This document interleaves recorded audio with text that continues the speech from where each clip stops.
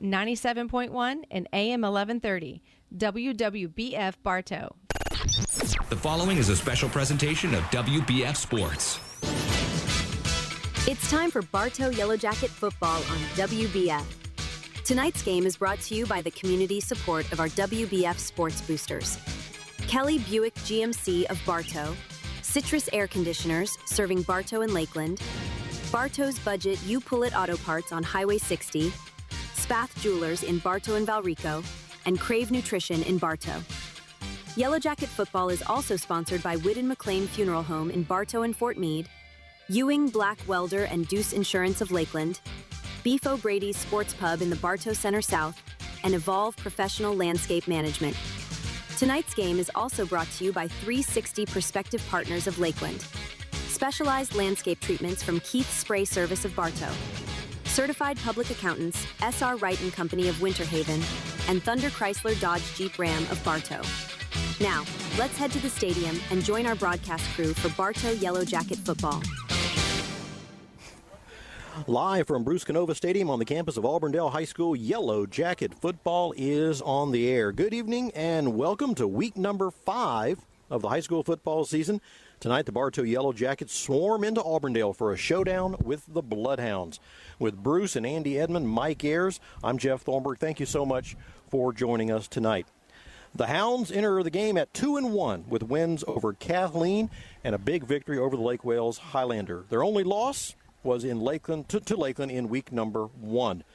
The Auburndale offense is scoring around 26 points per game, while the defense is giving up 19 points a game. They are a 4A school. The Bartow Yellow Jackets, they come into tonight's contest level at 2 wins, 2 losses after last week's shutout win at Haines City. Yellow Jackets are giving up about 20 points per game. The offense is posting 30 points a game, and of course Bartow competes in Class 6A. Last year, well, Bartow won a very close contest, 18-16 over these Bloodhounds in a game played back at Bartow Memorial Stadium. And Bruce, this is the 56th time these two schools have met. Bartow holds the edge 33-20, and there have been 2 ties in the ball game. Bruce, welcome to football. Thanks, Jeff. And I want to say that probably in the last 15 years that every game has been a close ball game except for the one year that we went 0-10, and that was a pretty bad game. But every game was a bad game that year. But they always seem to be close, no matter who is a playoff contender, no matter what's going on, no matter the records or anything else.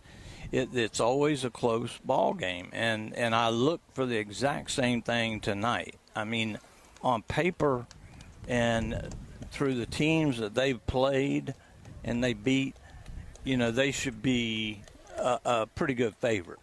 But we have rose to the occasion, and, you know, when we were behind, we've come back in the second half. We've blown leads in the second half, and then we blew out Haines City last week. So, I mean, I really, really think that this has a possibility of being the game of the week. Yes. And I don't know any other games, but I know that this one is one of the games of the week. And, Mike, I know you're down on the field, and Auburndale, they've got the best announcer in the world, but they also always have a good football field. Yeah, absolutely, guys. The field's in great shape, but I can't agree with you more. I mean, you know, you talk about how many points that Auburndale defense has allowed. I mean, but you look how explosive the Bartow offense is. I mean, so you really got to balance those things out, because we all know that Bartow defense gets stingy, right? I mean, it may take them a couple of plays. It may take them a quarter or 2 quarters to really get stingy. But when they get stingy, I mean, it's really hard to get past that Bartow defense. Now, if on the other side of the fence, if the other defense, if they lay down and Bartow gets that momentum going, you've got to understand that Browse, that quarterback, I mean, and that receiving core that Bartow has, they'll put the points on the board really, really quick. I mean, in a matter of just seconds, they'll blow it open. We saw that, you know, last week. We saw it in the week before. So, I mean, you really got to be careful about that. But I'm with you guys. This could potentially be the game of the week. I think you could very well see a low-scoring game this week, a very defensive battle this week. And I think you're going to see both offenses kind of struggle a little bit because of the power of the defense. I agree. Andy, what do you think? I was just thinking about what Coach G said about which team is going to show up, whether or not they're going to play the whole game or a couple quarters. Like when we were down in Naples, they showed up the second half. They got blowed out the fourth quarter from Bishop Moore. Yeah. And then last week they played 4 quarters. So I'm just waiting to see which team shows up tonight. And Andy, we addressed Coach G in our comments with him coming up in just a few minutes. We talked about that very thing, about playing 4 full quarters, and he was real proud of his team up in Haines City, the effort they gave in that. So we'll get more on that line of thought. Andy, good job from Coach G coming up with our comments in just a minute. Bruce, we've already had a little conversation with Auburndale. We're looking at their freshman quarterback we hear is a pretty good ball player. Yeah, he said he came out of nowhere, and he's not only talented with speed and with all the agility and the ability, but he's also a smart quarterback. He said down when they beat Lake Wales, he said he was running, and then he looked at the clock and it said no more time, and he went right down to the ground.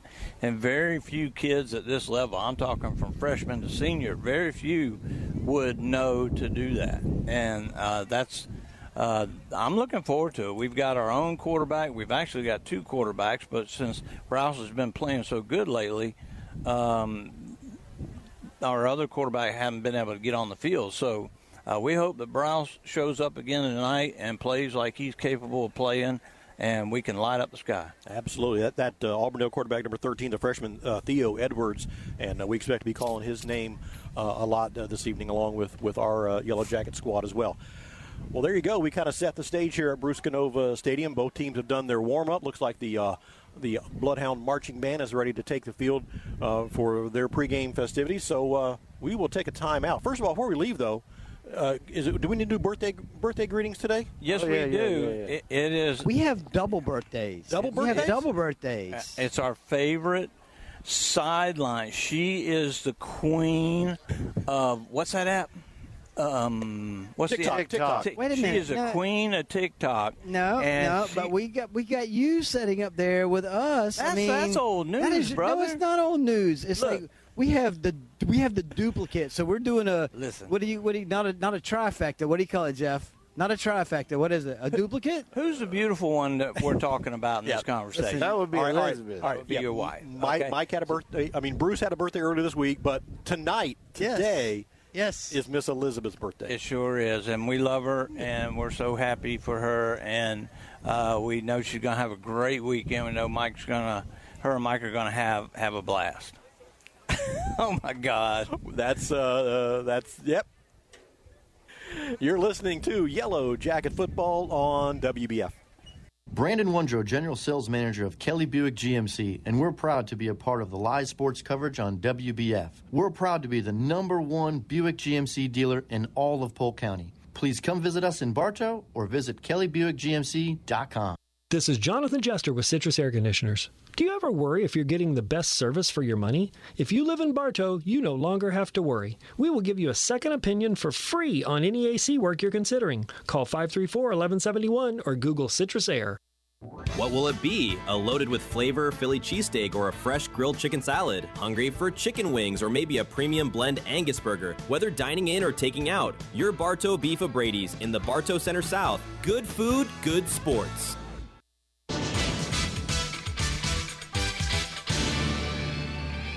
I just been throwing off the cuff. Welcome back to Bartow Yellow Jacket Football here on WBF. As we continue our pregame show, getting ready for tonight's contest, the Yellow Jackets and the Bloodhounds. Always a good game here at Bruce Canova Stadium. The sun is setting, and it's time for Stratton selections. And Mike, don't worry, your sun is not set it on your season yet, although you went 8-4 last week. Andy and myself went 10-2, but champion last week, birthday boy, 11-1. Last week for Mr. Bruce Edmond. I'll take it. There you go. Everybody ready? Yes. All right, here we go. The Winter Haven Blue Devils, they are in West Palm Beach tonight to take on the Palm Beach Lake Rams. Both teams are 2-1 on the year. I will start with the Rams. I'll take West Palm as well. Yeah, I'm going West Palm because they're playing at home. Listen, I was 8-4. Come on, guys. I'm going to stay at home. I think Winter Haven can pull this out. Okay. You keep Listen, thinking that. I'm going to break. I'm telling you. Okay, Mr. Computer. I will not have another losing week. I tell you, this is going to be my last week. I'm going to make my selections week. Next week, I will promise you, I will be sitting in front of that computer on Friday. I'll be reading up on all the stats. I'll be reading up all the passing information, the defense information. I promise you, starting next week, it's going to be a different game. I'm scared. Okay, and you'll be doing the picks all by yourself. So you'll be whatever you want. Winter Haven tonight. Winter Haven tonight. Winter Haven tonight. All right, moving on. We're over in Mulberry tonight. We've already heard from Coach Peavy already. The Panthers are 2-2 on the year. They're home hosting the 14th ranked Tampa Carrollwood Patriots, who are 2-0. Oh, goodness, Coach Peavy, it might be a long night for you. Yeah, Mulberry? Yeah, Carrollwood all day long. Oh, yeah. Yeah. They're going to be 3-0 Everybody's before halftime. Everybody's picking the Patriots. Seminole High School, who is 2-2, they're in Legion Field tonight to take on the Highlanders, who are 3-1. Oh my goodness! And they're 2-2. The Seminoles are. Okay, I'll go Lake Wells. Lake Wells is looking for redemption tonight, guys. Yeah. Hang on to your hats. Yeah, Yes. I got to go to Lake Wells tonight. Everybody's on the Highlanders. Next up, Ridge Community, the Bolts at 1-2. They're visiting East Ridge tonight. The Knights, who are 4-0. Oh my goodness! East Ridge. Running clock by halftime? Probably. Mike? East Ridge. Everybody's on the Knights tonight. All right, Mike, here you go. The Fort Meade Miners, 3-1. This is going to be a good game, too. They're visiting Lakeland Christian tonight. The Storm are 4-0. Yeah, that's, so Fort Meade had Fort Meade had Lakeland Christian last week. They took a beating last week, right? So you would think that team would want to come back and bounce back and really show what they have. But to bounce back against a team like Victory, that's another powerhouse in their classification, right? So you got to be very, very careful how you approach that game. So it's going to be tough. I mean, we talk about this game being a game of the week. I could see Fort Meade and Victory being another game of the week. Golly, you want to put me on a place. I'm going to go, you know what, let's take Fort Meade. I think Fort Meade's going to look for it. I think Fort Meade's going to want it after losing last week. I think there's going to be a little more desire there. I'm with you, Mike. I'm going Fort Meade. Victory. Andy's stepping outside the box. They're going to be looking for it tomorrow, too. Lakeland Christian. The Vikings are 3-1. They're visiting the Eagles tonight of George Jenkins at 1-3. Well, I'm not going to say Big John O'Neill's name this week because I was at my granddaughter's volleyball game the other day, and when we get done, that guy, his daughter plays volleyball, and Courtney was there, and Anna was there, but he was out fishing. So no more of that name. But we do have Coach Danny Williams. We do have Coach Barry. We do have Coach Ruiz. So I'm going Lakeland Christian. Me too. Lakeland Christian. Lakeland Christian, but John O'Neill can go fishing if he wants to. No, he can't. No one is. I just said his name for you, too. The Avon Park Red Devils at 2-1, visiting Frostproof tonight. The Bulldogs are 3-2 on the year. Frostproof's looking for redemption, guys. Yes, they are. Frostproof is a strong team. Don't let anything pass you on Frostproof, right? Yeah, I think Richie will get that done. Yeah, Frostproof is looking for some flesh to clean up on, so you just go with me. Go with me on this one tonight. Andy? I'll do Frostproof. There you go. Everybody's on the Bulldogs. Next up, the Kathleen Red Devils at 1-3. They are visiting the Davenport Broncos tonight, who are also 1-3. What do we think about this one? I'm going to go Kathleen. They beat somebody earlier in the year. Yeah, but they got beat. Didn't they get beat by the syrup makers? But that's the syrup makers, brother. I mean, the syrup makers are the team of all teams. I'm going to wherever the syrup makers are next year. I love it. I love it. And, yeah, I'm going Kathleen. Kathleen. Everybody's doing the Red Devils. Me too, as well. I'm going for the syrup makers tonight, too. The Lake Gibson Braves, who will be at Bartow Memorial Stadium October 3rd, to take on the Yellow Jackets. Tonight, Lake Gibson is home to entertain the Lake Mineola Hawks. The Hawks are 1-3. Lake Gibson is 1-2. Man, well, I'm doing the Braves. I'm doing Lake Gibson. I took Mineola and they early in the season, and they really let me down. So I'll take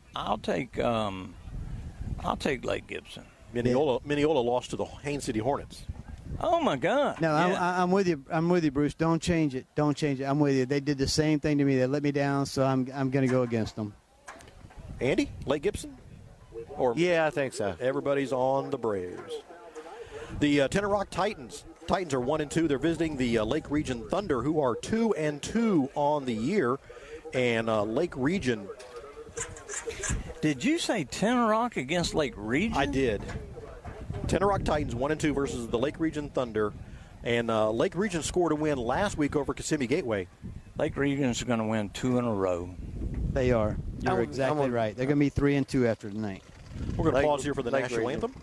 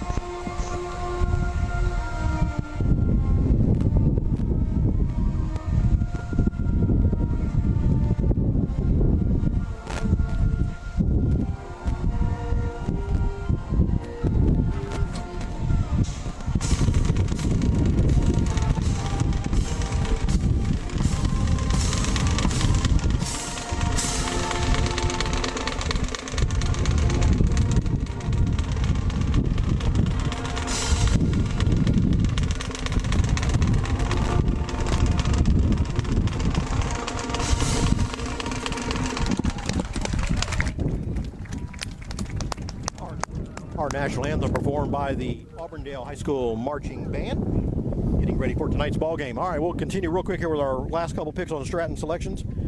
Everybody was going with the Thunder, right? Yes. Lake Region? Yes, sir. The Haines City Hornets are at Ponciana.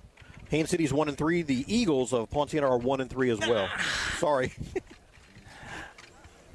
All right, I got to go off the cuff. I'm going Poinciana. Me too. Me too. No, Haines City is looking for some redemption after last week's whooping. Mike is all about the redemption this week, isn't it? It's redemption week. Mike is Mr. Redemption. We got to go back to him because, I mean, let's be honest, Haines City didn't look that bad that week, right? Bartow was just they were on their game. They played 4 quarters. Like, Bruce, you and I have talked about it week in and week out. Form tackling, play 4 quarters, right? Exactly. And I think if they put that together, Haines City's not as bad as what they looked. Our final game tonight, and the Lakeland Dreadnoughts back in action after a week off. They continue to rack up the traveling miles here. They're in Miami tonight to take on Booker T. Washington, the Tornadoes. Now, the Tornadoes, you figure Miami School, they're 0-4 on the year, and Lakeland at 2-1, number 2 ranked team in the state, down there visiting Miami tonight. What do you think, Bruce? 0-4? 0-4 for Miami. Yeah, Lakeland. Yeah, Lakeland. They'll be 0-5 tonight. Everybody's with the Dreadnoughts tonight. All righty, there you go. That is Stratton Selections. Good luck on your pigskin prognosticating. Hope you agree or disagree. Hope it was fun. When we come back, pregame comments from Bartow Yellow Jacket head coach Grady Morrell. They're coming up next. You're listening to Yellow Jacket Football on WBF. When looking for insurance coverage, consider the Ewing Black Welder and Deuce Agency with offices in downtown Bartow. Ewing Black Welder and Deuce Insurance with a wide range of insurance products to meet your every need. Becky Maslak, your local office manager. Have you tried the shakes at Crave Nutrition? So many flavors and packed full of protein, they're so yummy. Come by Crave Nutrition today and let us help you find the perfect shake for you. Crave Nutrition, behind Dunkin' Donuts on North Broadway in Bartow. For over 50 years, Keith's Spray Service has been serving Polk County with specialized treatment of delicate ornamentals, including rose bushes. Want to learn more about the treatments of ornamentals as well as expert lawn care? Call Keith's Spray Service.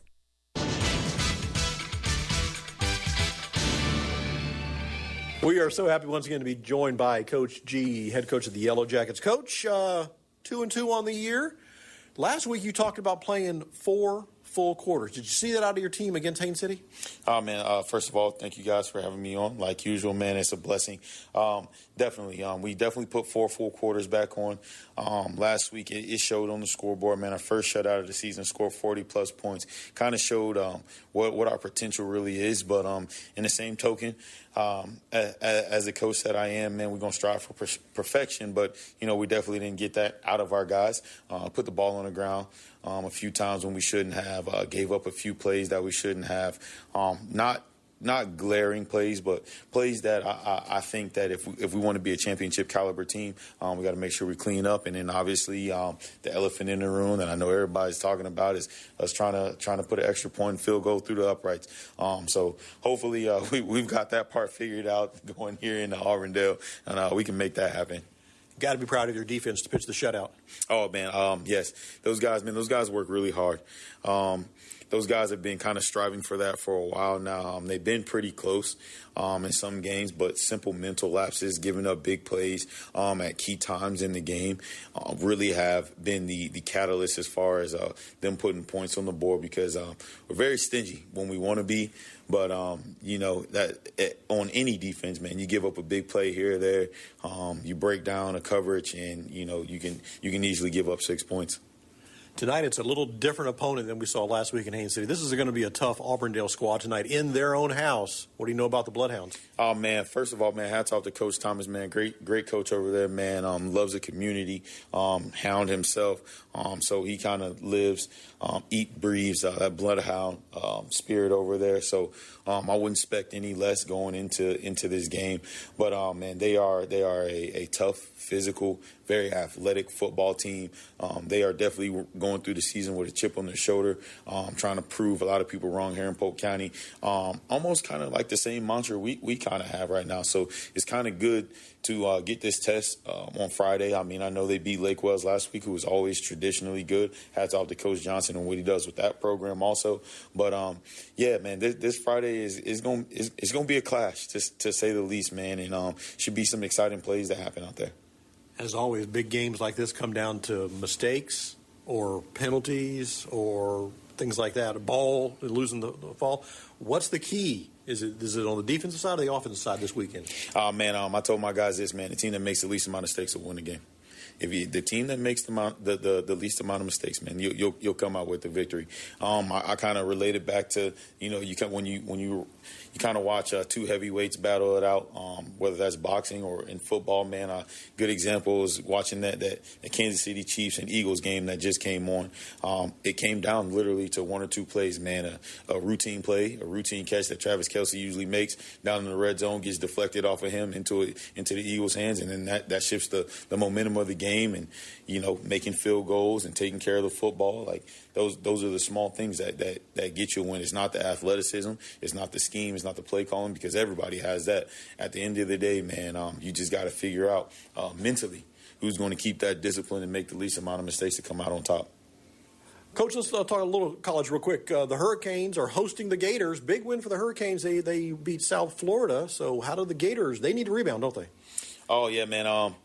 Gators, right now, man, I think they got to find their stride offensively, and I think they'll make it a game with Miami. I mean, it's an in-state thing. It's more of a bigger rivalry than I would say, per se, the USF in Gators game. So I don't think the Gators are going to come in thinking anything less than the Hurricanes are going to give them their best. But the Hurricanes are playing at home. They are starting to trend upward. I would venture to say, man, that the Hurricanes are a top 5 football team in the country right now. They're playing great football. So I'm definitely going to go with the Canes, but it's going to be by a slight edge. I'm going to say 10 points or less. Or one of our broadcasters, Andy, is a big Hurricane fan, so he's going to love you for that. Well, shout out to Andy, man. I appreciate that. How about the Bulls? They go, they're home back in Tampa this week to play South Carolina State. What do you think about that? Can the Bulls rebound? Oh, yeah, man. I'm going with USF, man. USF, to me, like I said, just been kind of watching those guys, man. Golish is doing such a great job coaching those guys and getting those guys ready week after week after week. And they have their own identity and what they want to do every single week. They got a great quarterback in Byron Brown, man. Big guy that can really change the dynamic of a game. And I think USF is definitely trending upwards, so I'm going to go Bulls. And they're not afraid of anybody. No, not at all. Not at all. Right. Coach, good luck tonight. Thank you again for the time. Go Jackets. Thank you. Appreciate it. Go Jackets. Stand by. Kickoff is next from Auburndale. You're listening to Yellow Jacket Football on WBF. Looking to improve your home's curb appeal? Call Evolve Contracting today at 863-537-7537 for your lawn, landscaping, irrigation, and tree work needs. You can also visit us at evolveyourlawn.com. Oh, girl, you deserve a sparkle. From engagement rings that say forever to the bold pieces that say treat yourself.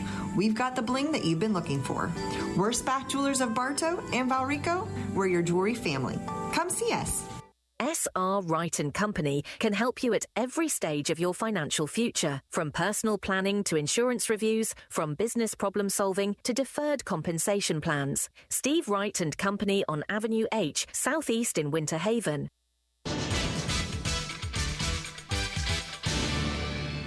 Come back to Bruce Canova Stadium here at Auburndale High School, getting ready for the kickoff. Mike, coin toss.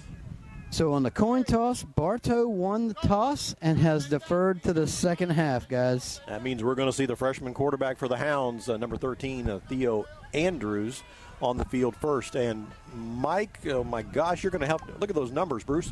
Those uniforms, the Bloodhounds with the yellow pants, the black tops, the blue numerals, and the yellow helmets. So, guys, let's just be honest about this, right? I mean, we've all seen it for years and years and years, right? If this quarterback from Auburndale is as good as what he is, as good as what they say he is, how long will he stay at Auburndale? That was one of the questions that we were talking with one of the Auburndale members here about. Yeah, if he stays. He has so many other opportunities in Polk County other than just Auburndale, right? So how long does he stay? Yellow Jackets are kicking off. Meyer puts his foot into the ball. Yellow Jackets all in white. It's a short kick taken at the 22-yard line across the 30, 35, and brought down at the 40-yard line. And that's where Auburndale will start, 1st and 10. We got our band in the stadium tonight, too. They got the uniforms on. They're probably going to do something at halftime. By the way, we are in the visitor stands tonight. We're across from the home visitor. We're amongst our people, right? Yes, sir. Yeah, we have a great crowd as always, and we pack them in. And as Andy said, we got the band down to our right. That's always exciting. Auburndale, they have a band. They're going up on their side, so we'll be hearing good music all night long. So Auburndale will start their first drive, 1st and 10 from their own 41-yard line. Quarterback is number 13. That is Theo Edwards. He's a freshman. Two receivers on the far side of the field, a single receiver to the near side. Jackets looking to put some pressure on this freshman. His first play is a handoff up the middle. And he's going for no yardage on that play. Yeah, and right away, number 15, Carl Thomas, who we called his name probably 10 times last week. He's the first one in, along with Big Zero, Kendrick Stacy. No gain on the play to be 2nd down and 10 now for the Yellow Jackets. Just underway from Auburndale High School. Edwards in the shotgun. I look for this kid to run a lot tonight. First play, a read option he gives. They're blitzing. Look like they're blitzing again. Here they come. One man in motion. They fake it, and it's going to be a handoff again. Another running play to the back, and he crosses over near the 45. Pick up about 3. Harden had an arm around him right at the line of scrimmage, but was unable to get his feet planted, so he got, if you can imagine, Harden got drugged for about 3 yards, but still a great play by number 98. Going to set up 3rd and about 6 here for the Bloodhounds. That was Weir on the carry. Number 3, Patrick Weir, a junior. 3rd and 6 now for Auburndale. Edwards setting his offense. Weir's the running back, standing right next to the quarterback, Edwards. 2 receivers on the near side. Here's the snap. And Edwards wants to throw. He does. He releases it. He's got his receiver on the far side. Fumble. That's a first down. He did fumble the ball. He dropped it. Yeah, he dropped it. Are they going to say it's a completed pass? Yeah, they're going to give him the completion because he completed the pass and then made the move and then fumbled it. So they're going to give that spot to him. Bruce, that release was quick. Yeah, it was quick and it was sturdy too. He had a really, really nice release, good tight spiral, and it was just a little out pattern. There wasn't anything fancy about it, but he can get it to the sideline in a hurry. 1st and 10 for the Bloodhounds on the opening drive of the night. They're at the Yellow Jacket 45-yard line. Here's a handoff to Weir again. Weir hits that line, puts his head down, drives forward. He's going to get about 3 or 4 on that carry. It'll be 2nd down for Auburndale. That was Messiah Borders in on the tackle on that one of the linebackers. Yeah, that's one thing about the Bartow defense. I mean, if you're going to run up the middle on Bartow defense, you better open up a hole wide enough to drive a D8 tractor through it because that hole closes really fast on that Bartow defense. 2nd down and 6 for Auburndale. Ball at the Yellow Jacket 41-yard line. Quarterback for the Hounds, number 13, the freshman, Theo Edwards. Yellow Jackets showing some pressure. Here they come. Edwards standing in the pocket. Now he's flushed out, and he's going to be caught behind the line of scrimmage. Oh, my goodness. That was number 11, Camden Hall, that just flat pancaked him. Is that a decleater, Bruce? Yeah, that's a decleater right there. He thought he had a lot of room to run, and it closed just like Mike said in a hurry, and they just nice sack. They're going to lose yardage, make it now 3rd and 11 for Auburndale, all the way back to the Yellow Jacket 46-yard line. 3rd down. The sun has set over Tracy McGrady Gymnasium here at Auburndale High School, and the wind, you can probably hear it on our microphones, blowing across the field. There's a timeout on the field. Yeah, don't know what's going on here. Now we're ready. Well, what are they doing? They giving them forever to... Well, there's still Bartow. Messiah Borders comes off along with another. They don't have enough people on the field. They need to call a time. They got 11. 3, 6, 9, 11. They got 11. Bartow? Yeah, they got 11 guys. 3, 7. I count 8. There was some kind of confusion. 2, 4, 6. Yeah, they pulled a couple 8, guys. They pulled a couple guys to the sideline, and they didn't make their way back to the middle of the field, but they were actually in the field to play. All right. So a timeout charge to the Yellow Jackets on the computer. No score in the ball game. 8:30 left here in the first quarter. Auburndale facing a 3rd and 11 from the Yellow Jacket 46-yard line. Have you checked out the Social Plate yet? The Social Plate is bringing everyone's favorite breakfast and lunch favorites to downtown Bartow. All food is made from scratch using homemade recipes. They are open Tuesday through Sunday, 7 to 2. 7 in the morning till 2 in the afternoon, and they serve breakfast all day long at the Social Plate, downtown Bartow. That's pretty good place. And Andy, who does breakfast all the time, ought to go there at some time and support our good sponsor. There's a birthday girl down there. Yes, she is. Happy birthday, Elizabeth. Happy birthday. All right, here we go. 3rd and 11 for the Hounds. Here's the snap to Edwards. He wants to throw. He's under pressure. He's going down again. The Yellow Jackets get him all the way back at the 45-yard line. It was number 49, wasn't it? I think it was 18. Let's see. 19. That would be Jacob Richardson. Jacob, we called his name a lot last week. And now they're going to have to punt the football. And Mike, I would guess we'd say this wind is kind of blowing across the field. It's kind of at their back right now. Okay. The way it feels down here on the field, it feels like it's at their back. So he should get a good punt out of this. With their flags over there, it does look like it's blowing from south to north. Yeah, it doesn't look right on the flag the way it feels on the field. It is 4th and 20 for Auburndale at their own 45-yard line. Here's the snap, and they're going to get a delay of game. That's a 5-yard march off against the Hounds. They should have had one the last time, too, when we had to call timeout. It was like a minute and a half between the play. Yeah, guys, so just a little bit of inside information on this punter. He's new. He's new. I can't go into details. This is a new punter that Auburndale picked up, so he's still in the development. Okay. He booted a couple ones. No, not this one. Not this one. Somebody was booting him during pregame. Pregame's a lot different. 4th and 25. Here's the kick, and they almost get it, but it's a nice kick. It is.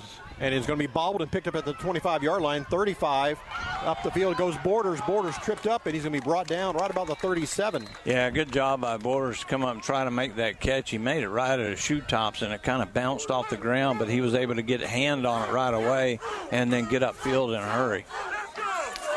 But that was a nice punt for a kid if that's his first punt, because they were coming. 1st and 10 for the Yellow Jackets. Senior quarterback, number 9 for the Yellow Jackets. Ethan Browse will lead his team out onto the field. He's got the blur in the backfield with him. That's number 4. That's Jacoby Terry. They're going to put Terry as a wide receiver in this lineup here. There's one mosquito in the stadium, and it's flying around me. And Because you're the sweetest. Ain't no sweet here. That's Here's debatable. the snap. Browse wants to throw. He gets it out to the near side, and he's caught and falls forward to the 39-yard line. That's number 1. That's a battle. Yeah, and that was caught, but he has got to be careful and get that ball out in a hurry, because the corner was right on him as the ball got there. Yeah, but Bruce, you and I have talked about that many a times, though. I mean, listen, if you're going to give me that 4 and 5 yards on the flat out, I'm going to take it until you close it off. Absolutely. 2nd and 6 here for the Yellow Jackets. Browse in the shotgun. Browse will snap it and hand off Metellus. Metellus up the middle he goes. Metellus gets maybe 1 or 2 before he's thrown backwards by the Hound defense. I think he lost, sure. Did he? Oh, he did, didn't he? I think so. It'll be 3rd down and about 7 now. Well, they're going to say he got back to the line of scrimmage. We're all right. Nope. Now they're saying he went back. This guy with the down marker. Okay. I'm not going to give him any hassle right now. Little nervous. They're young. They're young. That's why I'm not hassling. 3rd and 6 for the Yellow Jackets. Their opening drive of the ball game. No score. We're in the first quarter. Browse wants to throw. He's under immediate pressure. Steps up to the pocket. Tries to elude. There's a flag on the play thrown in the backfield. Probably going to be a hold right there, but Browse, he never had a chance. He was scrambling around like a Baker Mayfield does, and just trying to go every direction, and every direction he went there was a Bloodhound. And they'll decline this penalty, and Bartow will punt. So that'll bring on Meyer to do the punting duties here for the Yellow Jackets. They're 3 and out on their first possession of the ball game. Speaking of Baker Mayfield, how about the Bucks? That was incredible. That Monday night. That's the first time I've watched a full football game, other than playoffs in forever, because I watch NFL Red Zone every weekend. Yeah. And it was I mean, he was incredible. Here's the snap, and the punt gets away. Nice big high kick. It takes a big Bartow Yellow Jacket bounce, and they will down it inside the 25 to about the 23. Yeah, talking about Baker, I mean, what a comeback. I mean, the last 2 minutes, not even 2 minutes of the ball game, he marches the Bucks all the way down the field for a score, take the lead, kick the field goal, and win the ball game. Yeah, I mean, he's the type of cat that he might have 25 yards in the first half, and then the next thing you know, he's got 340 yards. He's just a cool character, and he's a lot of fun for this Tampa Bay Buck team. There's a timeout on the field for the mandatory water break. 5:29 left here in the first quarter. There's no score in the ball game. You're listening to Yellow Jacket Football on WBF. I'm Taft Long, Finance Manager here at Thunder Chrysler Dodge Jeep Ram in Bartow. Come and enjoy Freedom of Choice pricing program, where you can choose employee pricing on most new vehicles and/or amazing incentives throughout our inventory. Come in or call us today. Thunder Chrysler Dodge Jeep Ram. The Whitten McLean Funeral Home of Bartow and the McLean Funeral Home of Fort Meade are proud of our community and student athletes who strive to do their best. Another reason we are pleased to support today's broadcast. Whitten McLean, our family serving yours. Need a motor? Well, Craig at Budget You Pull It has them. We sell complete takeout motors for $300. That's leaving everything on the motor, from your brackets to your compressor to your intake to your injectors, with a $75 core charge. Budget You Pull It, just east of Bartow on Highway 60. Nothing gained. First and 10 for the Bloodhounds, and Edwards will hand it off to Weir again. Weir again tries to run it on the left side of that line. He's going to maybe pick up a yard. And our buddy Coach Peavy chiming in, saying the best radio guys in the business. Oh, hard to disagree with that. Yeah, it's an impossibility. Here comes Miss Sandy Stinger. 2nd and 9 for the Bloodhounds at their own 23-yard line.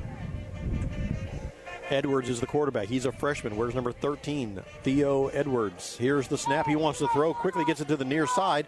A little flanker screen, but the Yellow Jackets sniff it out, and they're going to throw him down. He might get a yard. Yeah, he took his belt or something that he was wearing, and that got yanked off almost like flag football. And then they took him down again with not much yardage. It's going to be 3rd and 9 now for the Bloodhounds. Early stages of the ball game here, and it is defensive struggle so far in this ball game. 4:10 and counting left here in the first quarter. 3rd and 9 for the Hounds. Edwards, quarterback, the freshman. He'll send 2 receivers to the left, 2 receivers to the right. Edwards drops back. He wants to throw. He's in the pocket. Now he'll scramble to his left, sling it downfield, and it was almost picked. Oh, they're going to get it. Oh, it looked like the Yellow Jackets, Major McBath. That was Galva. Super bad call. I thought he timed it just right, Mike. Yeah, he did. That would be the ultimate most foul. He made an excellent break on the ball, and he reached around with his hand, and he actually hit the ball. But they're going to call him pass interference on the Jackets. That's going to give Auburndale a 1st and 10 at the 39-yard line. Looked like Galva made a nice, clean play there. 1st and 10 for the Hounds. 3 wide receivers now on the far side of the field. Edwards in the shotgun, looks to pass, steps up in the pocket. Now he wants to run. He breaks 1 tackle. He's going to get about 2, but that's it. They said he wasn't afraid to run the ball. Yeah, he has that, 3-step drop, and you're already in the shotgun. That puts you about 8 yards behind the line of scrimmage, and so he's got all that distance he's got to make up, eluding tackles, and Bartow's able to get him with a short gain. 2nd down now for the Hounds. They need about 6. Ball spotted at the Auburndale 42-yard line. No score in the ball game. 3 minutes left in the first quarter. Edwards in the shotgun, puts 1 man in motion, and they'll fake it to him. They'll give it to Weir on a little cross action. Weir's got some running room. He takes off. He's in Yellow Jacket territory. He's got a 1st down all the way inside the Bartow 40, inside the 35. Yeah, Messiah Borders, he saved a touchdown right there. He just broke through to the 2nd level, and he has some gas. They're going to spot him down to the 37-yard line. Boy, Weir turned on the Jets and racing through the Yellow Jacket secondary there. 1st and 10, Auburndale.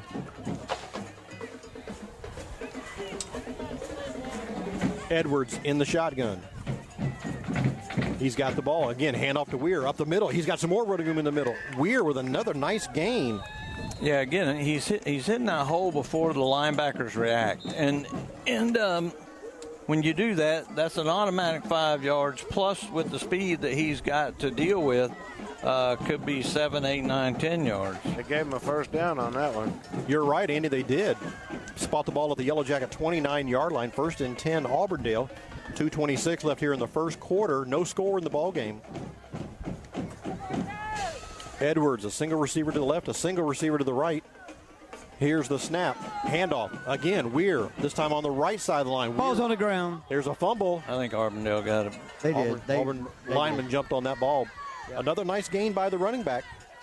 That offensive line is opening up some holes there, Bruce. Well, and they're pushing them back because that ball was 3 or 4 or 5 yards downfield, and 3 of the linemen fell on it. So that tells you how far downfield they were.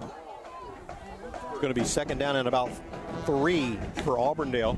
Spot the ball at the Yellow Jacket 23-yard line. Again, quarterback for the Hounds wears number 13. He's a freshman, Theo Edwards. He's going to hand it off. There goes Weir again. And this time Weir is wrapped up. Is that big Carmelo Harden? Yeah, they fake a jet sweep, with the receiver on the right running towards his left. And then the running back, he's just kind of standing there. And when they fake the jet sweep, they just hand it to him, and he's off to the right side, but Bartow didn't bite on it. 1st and 10 for the Hounds. Mike, that ball's about the 18-yard line. Yes, sir. Yes, sir. Auburndale will send 2 wide receivers to the left of the formation. Single receiver on the near side. Edwards takes it. Again, handoff. Weir up the middle. There he goes. And he's going to scoot his way into the end zone for a touchdown. So Bartow's going to have to buckle down right here and bring it back in the house. Yeah, and something bounced off of somebody. Andy thought it was a fumble. I saw something on the ground, but maybe it was just a clump of grass. I don't know. An 18-yard touchdown run by Weir puts the Bloodhounds in front first with 48 seconds to play in the first quarter. On to attempt the extra point. It is up, and it is good. He barely got it over. About 12 feet. You need 10. That was about 12. Yeah. 48 seconds left here in the first quarter. An 18-yard touchdown run capping off a drive for the Bloodhounds. Auburndale leads 7-0. At Citizens Bank and Trust, we are local bankers with over a century of looking out for you, your family, and your business. Proud to be your local bank. Member FDIC and an equal housing lender. Hope you can join us tomorrow.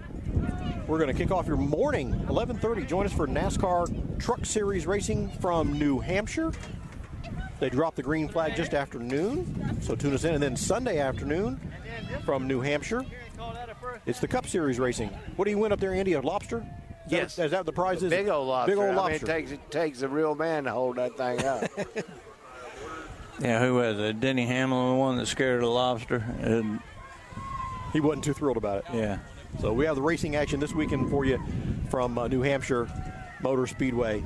Trucks on Saturday afternoon, and then Cup Series on Sunday afternoon. What time's the truck race or the Cup race start? I think it's 1 o'clock. Okay. On the race. On the radio, rather. Here is the kickoff, and the Yellow Jackets will take it right about the 2-yard line. And he's up across the 10, 15, 20. He's got some daylight. He's got a lot of open space and finally caught down at the 33-yard line. A nice return for the Jackets. Yeah, that was Borders on the return, showing a lot of nifty moves and a lot of speed there. It gives Bartow a good field position, probably, about the 34-yard line? I can't see. That last couple hadn't gotten it to him. He was gone. I think I'll climb up here with Jeff for a minute. Want to give a big shout out to our buddy who is the PA announcer here at Auburndale High School. Does a terrific job, Mr. Terrell Wells. He came over, saw us earlier, brought us a lineup, gave us some insight on Auburndale. We appreciate that. Yeah, and he talked a lot of smack about you. Did he? Yeah, it was almost embarrassing. 1st and 10 for the Yellow Jacket. Here's a quick toss, and that's Battle. Battle's got the ball. And Battle's wrapped up right about the line of scrimmage. Yeah, good block that time by the outside receiver, but just good coverage. They had 3 people in coverage over there, guys. I've known Mr. Wells for a long time over here at Auburndale High School. We've been coming over here for quite a while, and yeah, he's not Lake Wales, is he? No. Okay, Wales. Is it the same kind of whale? No, W-E-L-L. Oh. 2nd and 10 for the Yellow Jackets. Browse calls for the ball. Looking. Now he's under some pressure. He's going down. He is sacked behind the line of scrimmage. Grabbed him by the arm. Uh-oh. Here comes the birthday girl's coming to see us. She must need some batteries. I can't believe that she would need batteries. I mean, you would never allow that to happen. Happy birthday, darling. Love you. Happy birthday. Yeah, I would never. I don't understand that. I did that just so she would come up here. Mm-hmm.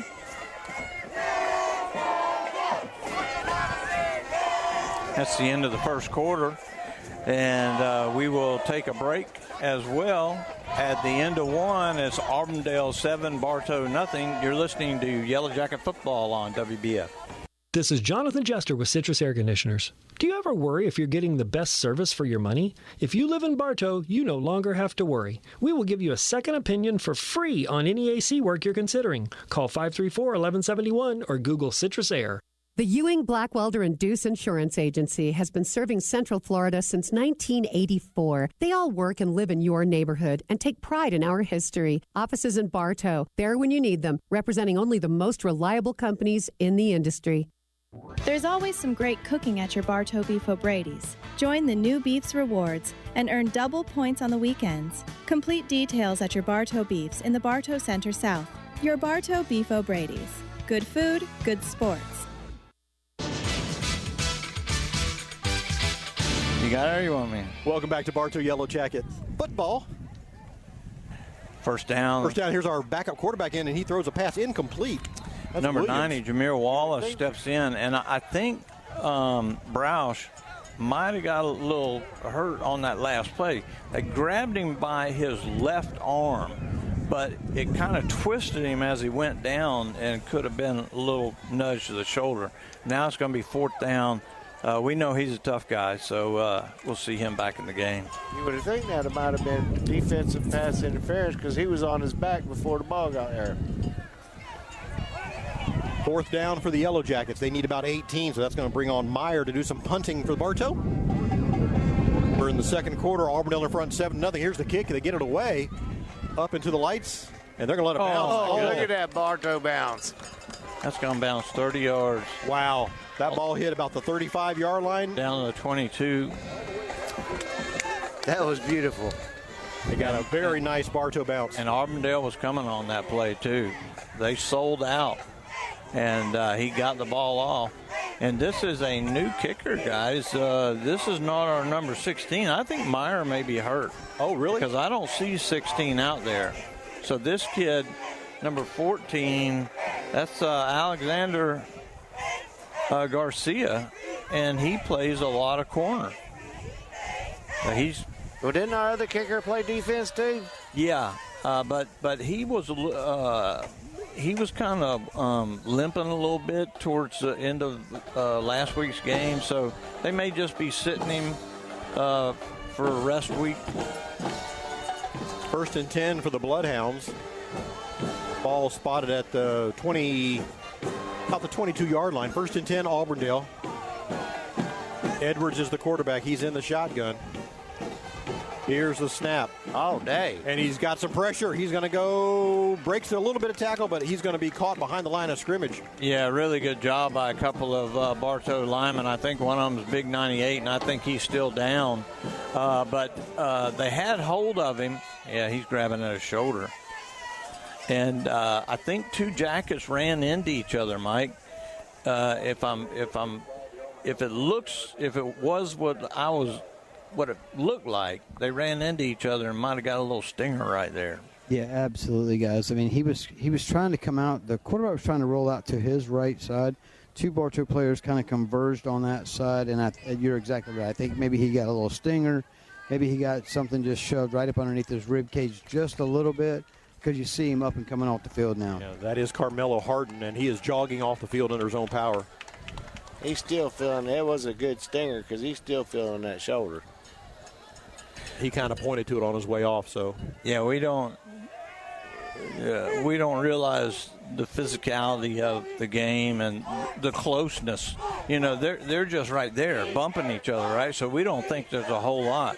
But when you have two close to 300-pound guys going at it, that's a big collision even at 3 feet. And that's why you see so many offensive linemen and stuff get injured as well in the NFL. Second and 11 for the Bloodhounds. Edwards takes the snap. He wants to throw, sets up a little wide receiver screen on the near side. They're going to break it to the outside, and he's knocked out of bounds. No flags. Wow. Two different holds. Got around the corner pretty easy, didn't he? He sure did, and there was nobody there. And they had the two receivers locked up. Nobody there. The safety has to come. The free safety has to come all the way from the middle of the field.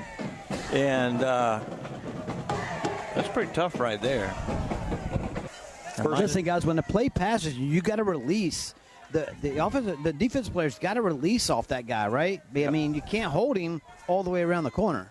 First and 10 for the Hounds at their own 38-yard line. Here's a handoff. This time Weir's hit in the backfield and thrown back to the line of scrimmage. He might get a half a yard on that play. Yeah, that was Jacob Richardson who got hands around him and got his feet planted and wasn't going to let him go anywhere. He got a little bit of help. Carmelo Harden coming back into the ball game. Yeah, you can't keep those big guys out. Anthony's a basketball player, isn't he? Carmelo Anthony, and that's. Oh boy, I'd hate to have to go up, post up on him. 2nd and 9 for Auburndale. Auburndale's in front, 7-0. 10 minutes left here in the first half. Ball's at the Auburndale 39-yard line. Blitz coming. Edwards in the shotgun. He's got it. Wants to throw. He's under some pressure. Still with the ball. Breaks one tackle, breaks another tackle. And Edwards got a lot of room in front of him. He's in the Yellow Jacket territory. 40, There's 30, a block in the back. 25. Oh, my goodness. No flags on the play. And it wasn't like that play was in like fast motion, guys. I mean, that play was from the snap all the way back. That play was like 100% slow motion. Didn't take it. I mean, just took a sweet time. Rolled out to the right side. Had nowhere to go. Bartow was just collapsing on him, and he just able to roll right out to his left side and just pick up 20 yards. 1st and 10 for the Bloodhounds at the Yellow Jacket 25-yard line. Auburndale in front, 7-0. Edwards, the freshman quarterback for Auburndale, stands in the shotgun. He'll send 2 receivers on the far side of the field, a single receiver on the near side. Here's the snap, and they throw it quickly to the far side of the field. He's got his man over there, and he moves upfield for a gain of about 1. Little wide receiver screen type action. Yeah, and he heads upfield. Number 13 is a little slow getting up. Yep. One of the first three, he's shaking his head a little bit too. That's Galva, guys. He was out last week, and he's shaking his head a little bit.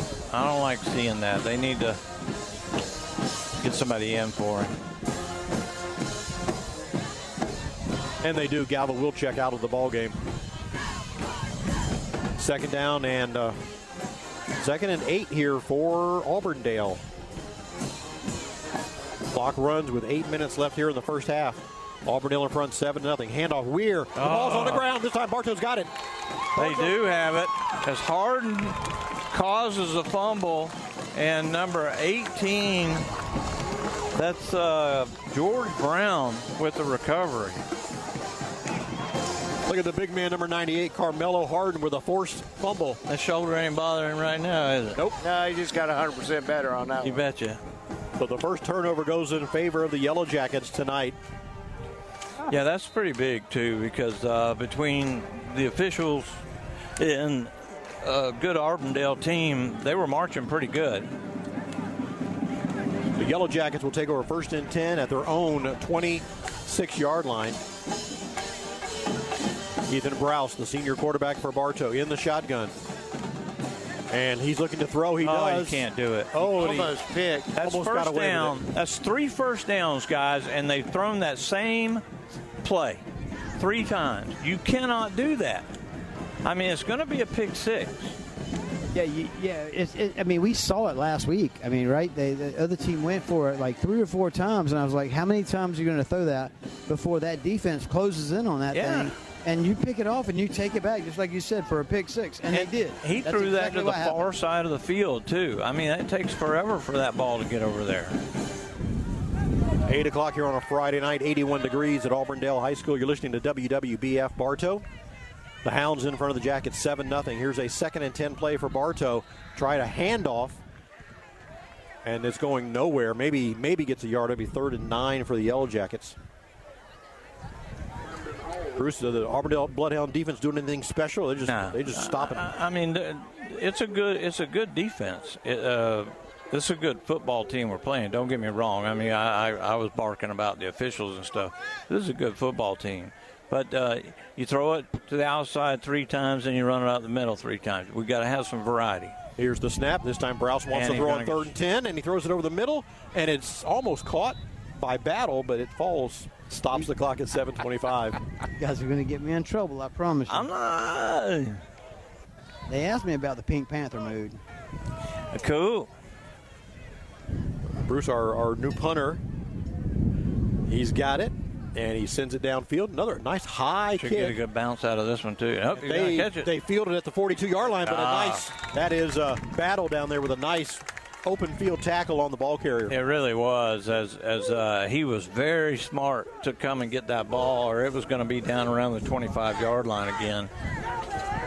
1st and 10 for the Auburndale Bloodhounds at their own 45-yard line. Auburndale in front, 7-0. We see our drone flying tonight, Andy, but boy, he's got some tough wind to fly in tonight. Yeah, I wonder how that is. Mike would know. Mike is the drone expert, but is it hard to fly in the wind? It's not. Really, it's not, guys. I mean, so I have one at the house, and it's really not hard to fly in the wind at all because it doesn't really detect the wind. Okay. So they're pretty stable. I mean, they kind of self-adjust everything forward and back, up and down. They're pretty easy to fly. Cool. 1st and 10 for Auburndale at their own 45. Handoff, Weir up the middle. He goes, caught in the line after about a 3-yard gain. 2nd down for Auburndale. Good job by the Bartow linebacker core. That was McBath on the tackle there. Clock runs with less than 7 minutes now to play here in the first half. Auburndale 7, Bartow nothing. 2nd and a long 6 for the Hounds. Edwards, the quarterback, in the shotgun. Here's the snap. Handoff, and this time Weir will try to bounce to the outside. He's caught behind the line of scrimmage, and he's going to be thrown for a loss. Yeah, that time, I mean, they're blitzing a lot, guys, and the blitzes are coming at good times, and you come from the right angle, and you just split the gaps. You put the defensive tackle on the offensive guard, and you come flying through that hole right there and wreak havoc. They're going to lose a couple on the play, make it 3rd and 8 now for Auburndale. And it looks like Auburndale's taking a lot of time here. They might have to be forced to call a timeout. I don't think so. No, they don't have to call a timeout. They got all night. Well, I think they did. Yeah, they did. Delay a game. Okay. So 6:01 left here in the first half. Stops the clock. Auburndale in front 7-0. You're listening to Yellow Jacket Football on WBF. Looking to improve your home's curb appeal? Call Evolve Contracting today at 863-537-7537 for all your lawn, landscaping, irrigation, pavers, and tree work needs. You can also visit us at evolveyourlawn.com. Need an energy drink or protein boost? Visit Crave Nutrition of Bartow and sample our healthy energy-boosting Mega Tea, nutrient-rich shakes, protein bites, and much more. Crave Nutrition behind Dunkin' Donuts on North Broadway in Bartow. You've heard the expression, try it before you buy it, right? Well, at Keith's Spray Service, they won't ask you to sign a long-term contract because they're confident that you'll want them to keep coming back to care for your delicate ornamentals and lawn treatment. Keith's Spray Service for over 50 years.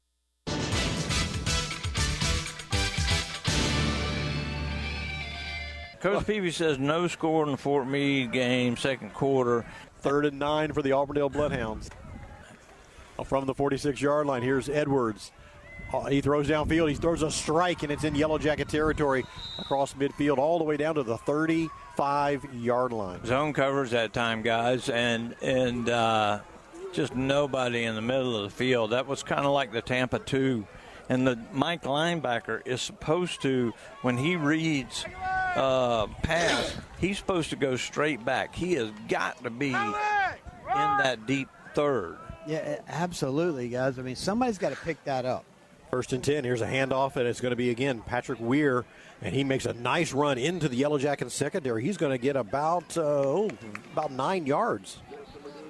I'm a huge fan of the Tampa 2, but your linebackers are, I mean, you had Derek Brooks, you've had Levante David. I mean, these guys are masters, and it's tough. It's a tough deal. Now it looks like they're going to maybe a man coverage here. 2nd and 1. Here's the handoff again. This is going to be the workhorse tonight, Patrick Weir, and he's going to be thrown for a loss. He didn't make the first down. It'll be 3rd and about 2. I don't know if they mark it where it is. Wow. 1st and 10 for Auburndale. This time just over the Yellow Jacket 25-yard line. 4.5 to play in the first half. Auburndale will send 2 receivers on the far side of the field, and there's a flag. We're going to get delay a game against Auburndale. That's a first. There we go. Yeah. You can support the mission of the Bartow Community Service Center by shopping at their thrift store, 495 East Summerlin Street in downtown Bartow. Help us be epic. Empower people and inspire change. Bartow Community Service Center Thrift Store, East Summerlin, open weekdays 10 to 4. That is the first penalty against Auburndale. First and 15, rather. Caught behind the line of scrimmage is the ball carrier. That's number 15, Carl Thomas, who had, I think, player of the week last week defensively for the Jackets. And, again, making another tackle for no gain.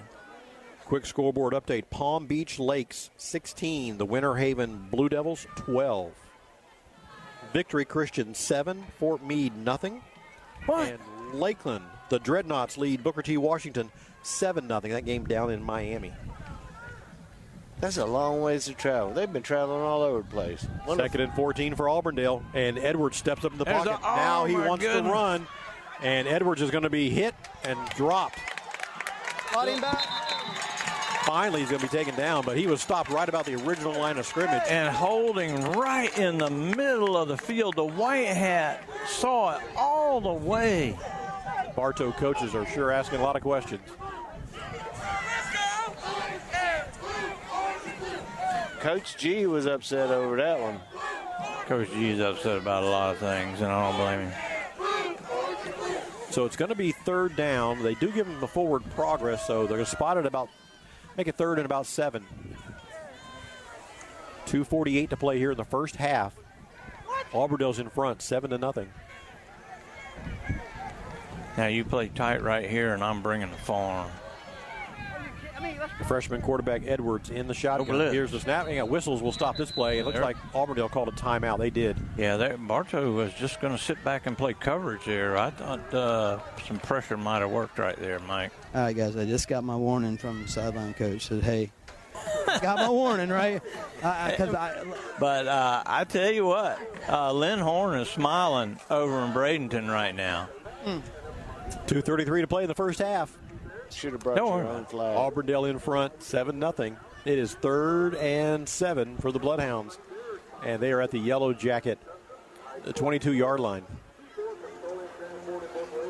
Freshman quarterback in the shotgun for Auburndale. Here's the snap. He wants to throw in the pocket, slings it right across the middle. Had a lot of heat on that ball. Yeah, it should have been picked too, as number 7 was coming up to make the hit, Ladarian Adams, and the ball goes right through the receiver's hands, right into his, but he was airborne. Yeah, he was busy trying to not get clocked and kind of got spun a little bit. So this fourth down, and they're going to try a field goal. This is going to be a 39-yard field goal attempt. All right. See what he's got. See, here's the snap. The spot is good. It's going to be well short. Oh, it hit the crossbar. It hit the crossbar and bounced back in the field of play. No good. That ain't well short. That was pretty close. Bartow will take over 1st and 10 at the 20, right? He didn't get to 12 feet that time, Bruce. Nope, he got it right at 10. Had he done 12, he might have made it. So Yellow Jacket will take over 1st and 10 from their own 20. The Yellow Jacket offense so far in the first half has kind of been non-existent. I believe we've recorded 1 first down. And we punted 3 times, I do believe. Here's the snap to Browse on 1st down. Browse hands off, and this is going to be Metellus. And Metellus a yard, maybe to the 20, to now about the original line of scrimmage. Boy, number 11, pretty athletic out there. Couldn't do that when I was his age. We're under 2 minutes to play here in the first half. Auburndale 7, Bartow nothing. Browse, the quarterback, he's in the shotgun. Here's the snap. He's got it, and he's going to be sacked, and he is hit hard and dropped inside the 15-yard line. Yeah, right on his shoulder with a lot of pressure coming down. Yeah, he felt that. He's still feeling it. Hate that for him. Yeah, you see him kind of go on both sides, but, head back and forth with it on his neck. I mean, that's just going to be 3rd at about 16 that's or so. Just nasty. Haines City leads Ponciana 8-6. What? Haines City in front. And Lake Wales, the Highlanders, in front of Seminole, 17-9. That's a halftime score from Legion Field. As it should be. The Easteridge Knights leading Davenport 14-0. Hey, Lake Wales is kind of like Dallas. Do they ever play an away game? It's like every week they're in Lake Wales, and Dallas every week they're in Dallas. Am I wrong? No, you're not wrong. Okay. Lake Region 7. The Tenor Rock Titans, nothing. Maybe it's in their contract. No away games? Well, Lake Wales played here last week, 2 weeks ago. Anyway, I agree, though. It does seem like I gotta see. Lakeland's the same way. Lakeland plays a lot of. Yeah, either Lakeland's playing out of the state of Florida or they're playing at home. Yeah. Third down, Yellow Jackets will fade pass. Here comes a flag in the backfield. It's going to be roughing the passer. We got a personal foul, roughing the passer. Roughing the passer call in the backfield. That's automatic first down right there. I tell you what, though, how can you not call at least defensive holding at the very least? First and 10. There he goes. At the 29, here's the snap. Browse will hand it off. This is going to be Hall, and Hall finds no running room behind the line of scrimmage. He is stopped and thrown down. He might lose a half a yard.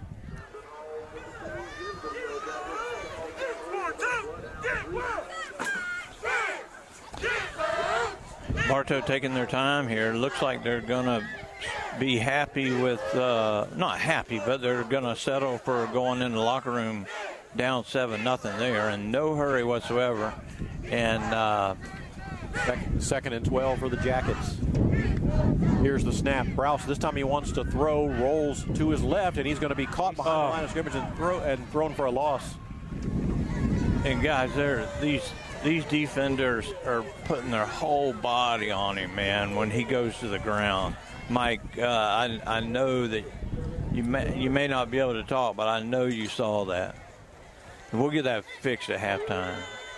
We hate not having Mike. Mike's got no mic. Yes. Third down and 22. We have 13 seconds. They do not have to run a play. This could be the end of the first half. I don't think they are. 7 seconds. Browse takes a look at the clock behind him. Yeah, that's it. 4, 3. They will snap it, and they're going to hand it off, and they give it to Hall, and he tries just a couple yards, and that's going to be the end of the first half.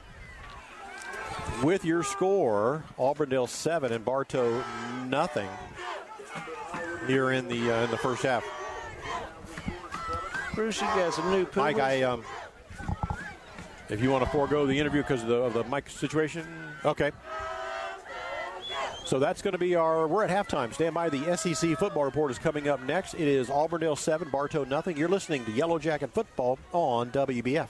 I'm Taft Long, Finance Manager here at Thunder Chrysler Dodge Jeep Ram in Bartow. At our state-of-the-art service center, our certified mechanics are ready to take care of all your service and repair needs with the most advanced auto technology. Come in or call us today. Thunder Chrysler Dodge Jeep Ram.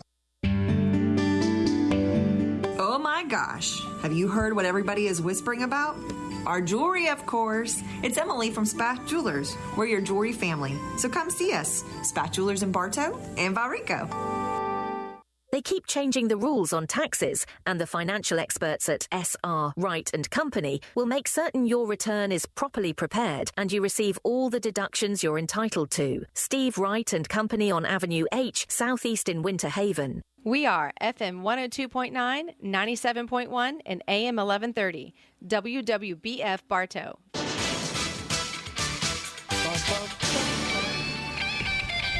And welcome back to Bruce Canova Stadium here at Auburndale High School. We are at halftime. Auburndale in front of Bartow 7-0 in the first half. That was dominated by the Bloodhounds, along with Mike Ayers. He's down there on the Yellow Jacket sideline with birthday girl Miss Elizabeth is down there. We have Andy and Bruce Edmond up here with me. We're in the visitor side tonight, up here with the Yellow Jacket fans enjoying the game and looking forward to the second half. Well, we got a minute. Take a scoreboard update. Let's put a smile on our sideline reporter's face. Winter Haven. Andy, you listening? Mm-hmm. Winter Haven 22. Palm Beach Lakes 16. Somebody on our staff here had the knowledge and the wisdom to pick Winter Haven. Who was that, Mike? That was Mike, wasn't it? Wasn't me. Wasn't me. All right, also at halftime, Winter Haven 7 and Victory Christian 7. Mike, that's a good. Fort Meade 7, Victory Christian 7. I'm sorry. That's a good ball game. Yes. Going on right there. East Ridge. Take care. Have a good day. East Ridge 21, Ridge Community 7. Ponciana 12, Haines City 8. Bruce, the Kathleen Red Devils are leading Davenport 7-6.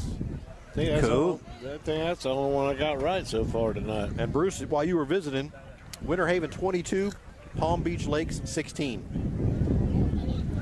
And well, that's close. That's close. That's one score. Yeah, that's not too bad. I don't have anything on Mulberry.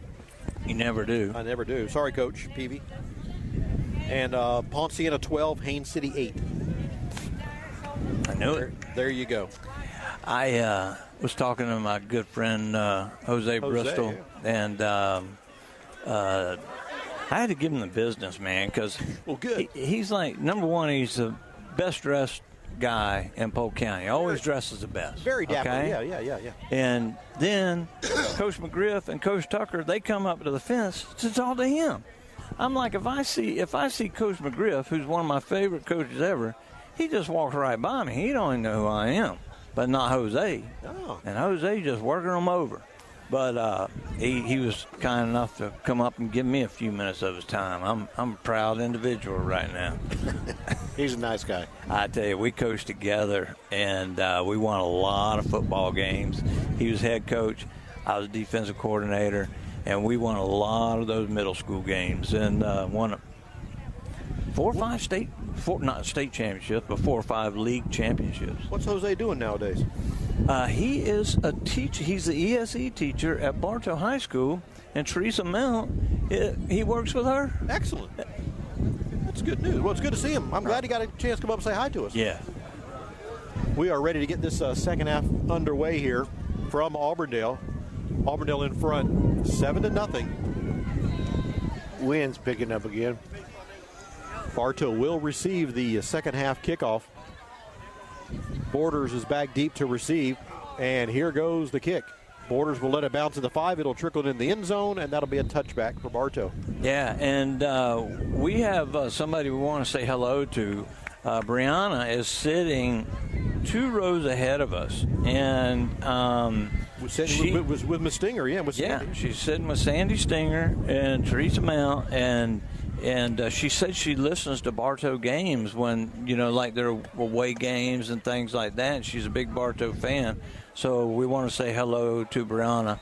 I don't think she's listening right now. I don't understand why you guys don't have her up there with a headset on with you guys, right? I think we could. She's a very well-spoken young lady. Exactly. There you go. Here's a first down play, and Browse will throw it, and Browse completes it on the far side of the field on a 1st and 10 from the 20. A nice little catch there by the Yellow Jackets. That was a battle on the reception.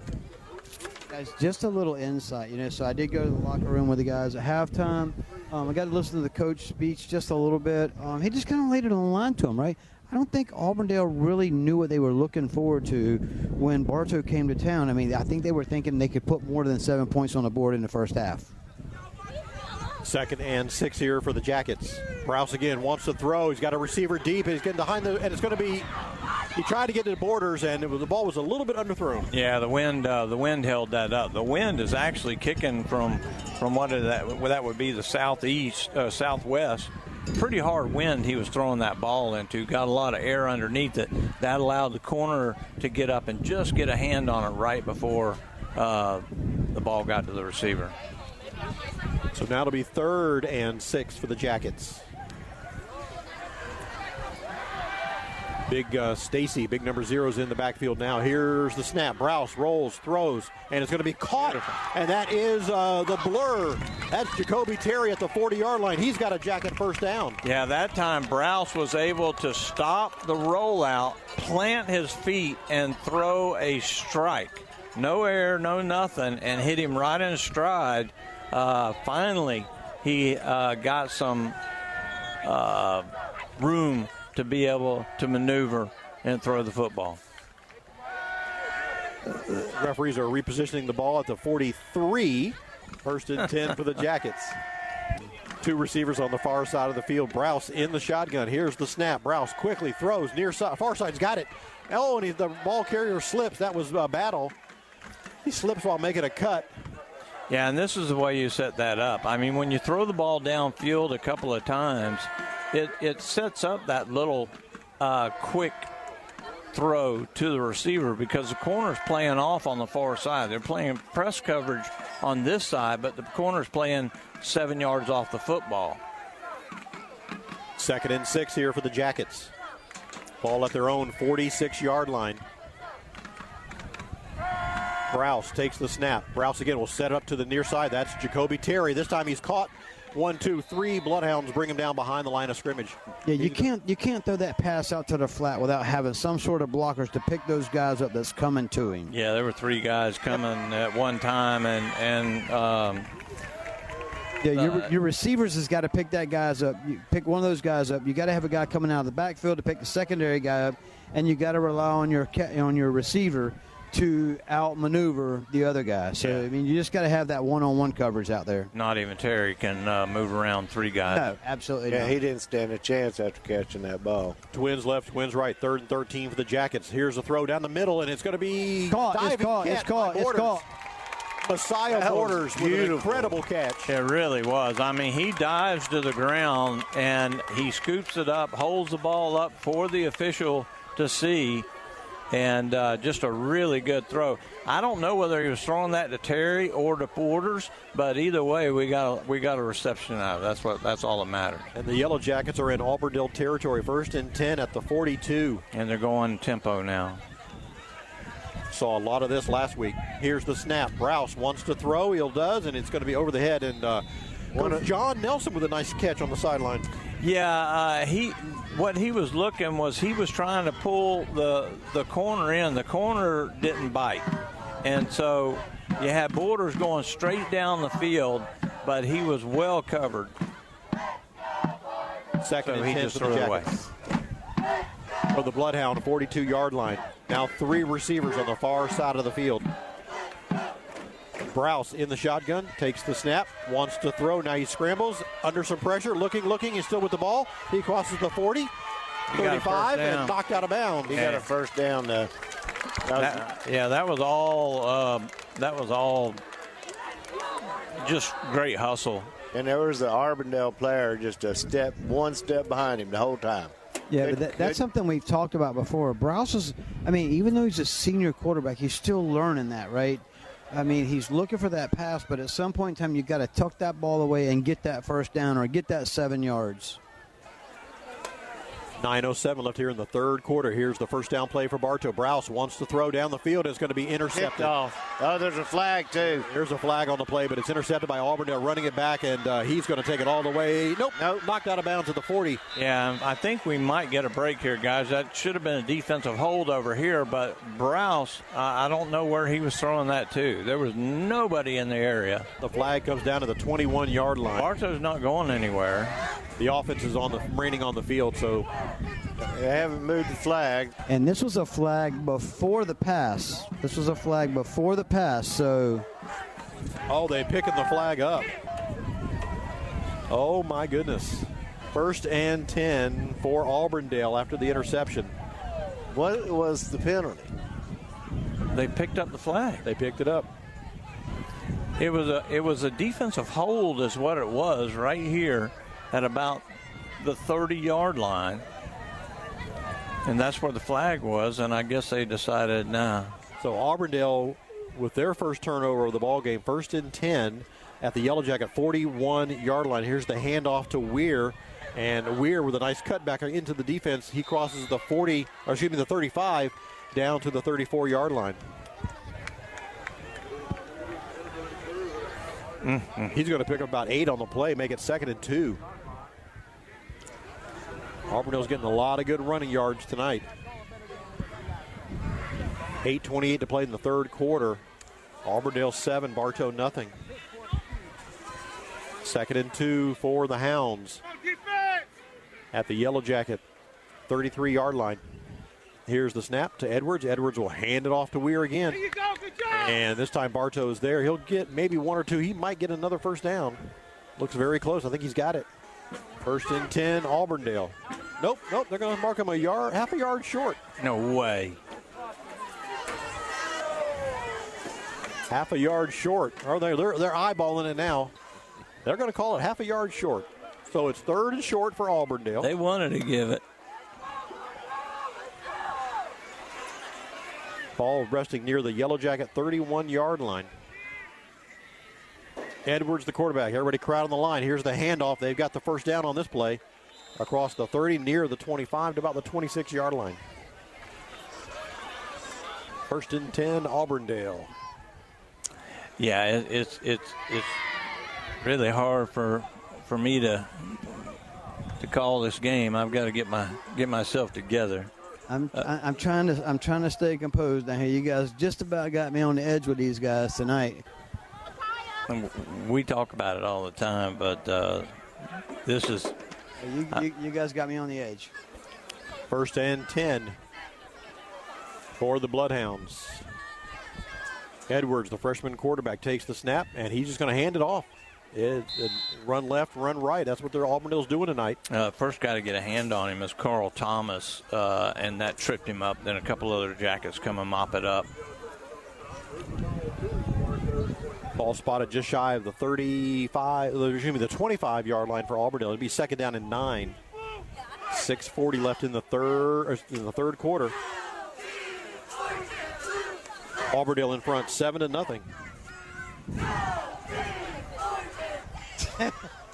Edwards is the freshman quarterback for the Bloodhounds. He's in the shotgun. A single receiver left, a single receiver right. Here's the snap, and whistles will stop this play. You're going to get a delay of game against Auburndale. Okay, now they called delay, but the back judge never waived the 5-second rule, which is 5 waves of the arm. 5-yard penalty will make it now second down and 15. About 13, 14, yeah, about 15. All right, here we go. Edwards in the shotgun. Here's the snap, and he wants to throw this time. Looking, he'll sling it into a corner route, and it's going to be incomplete. Yeah, he actually threw it behind the receiver, and the receiver ends up doing a 360, trying to turn his body around the other way, and can't ever get an eye back on the ball. Timeout for the mandatory water break. We will take it along with them. 7-0 is your score. Auburndale in front of the Jackets. 5:56 left here in the third quarter. You're listening to Yellow Jacket Football on WBF. Russell Hernandez here, Kelly Buick GMC. We're proud to be a sponsor of sports broadcast on WBF. From the Jackets to NASCAR, we have 2 Polk County locations and are the #1 Buick GMC certified dealer in the Southeast. KellyBuickGMC.com. The Whidden McLean Funeral Home of Bartow and the McLean Funeral Home of Fort Meade is family-owned and takes pride in offering your family personal attention and distinctive services that truly honors the life being remembered. Our family serving yours. Well, Budget You Pull at Bartow makes it easy. They're open every day of the week from 8 to 4:30. At Budget You Pull, we also offer carts, wheelbarrows, and hoists for use with no extra cost. Just bring your own tools. We sell all of our used tires for just $20 a piece. Budget You Pull, Highway 60 East, Bartow.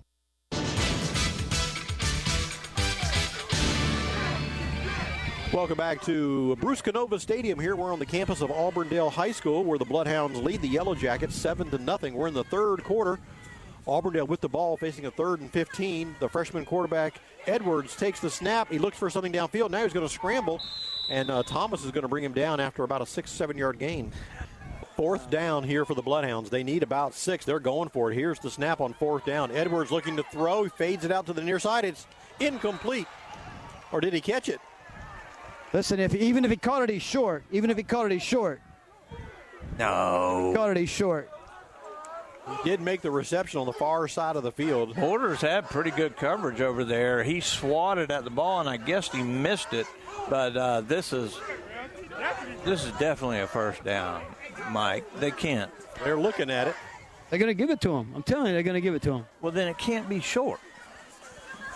Watch and see, guys. Watch and see. First Boom. down, Auburndale. Bingo, there it is.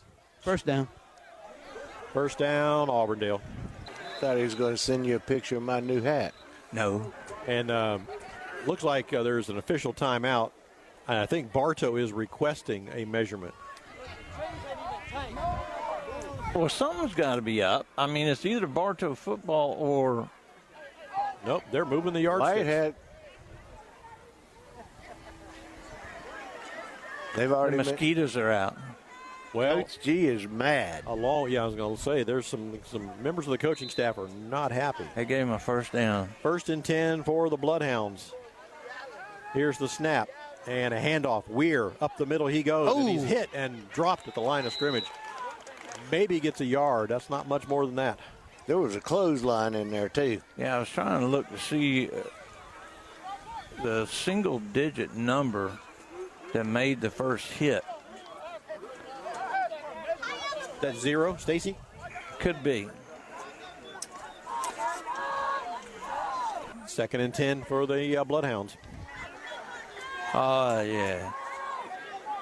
Ball at the Yellow Jackets 17-yard line. Here's the snap. Handoff. This is the big fullback, the big bruising back in there now. Yeah, he talked to us about him, too.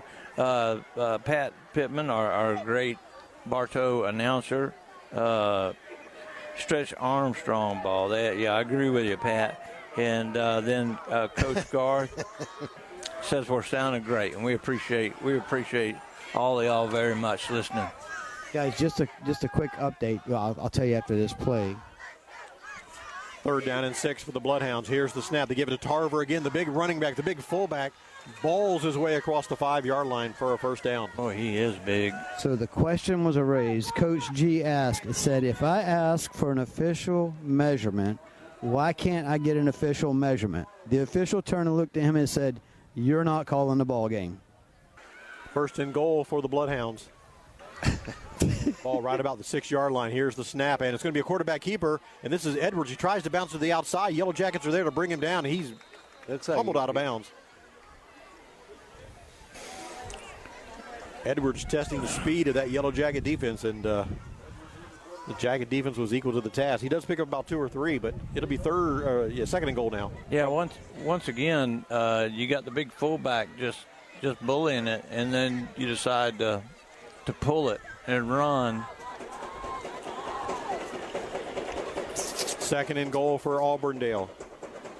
Here's the snap, and they're going to give it to the big guy. Up the middle he goes, in for a touchdown. That was a quarterback keeper. He's just followed he just followed the big guy. Man.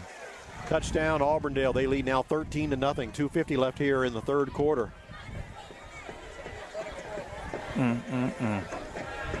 On now to attempt the extra point.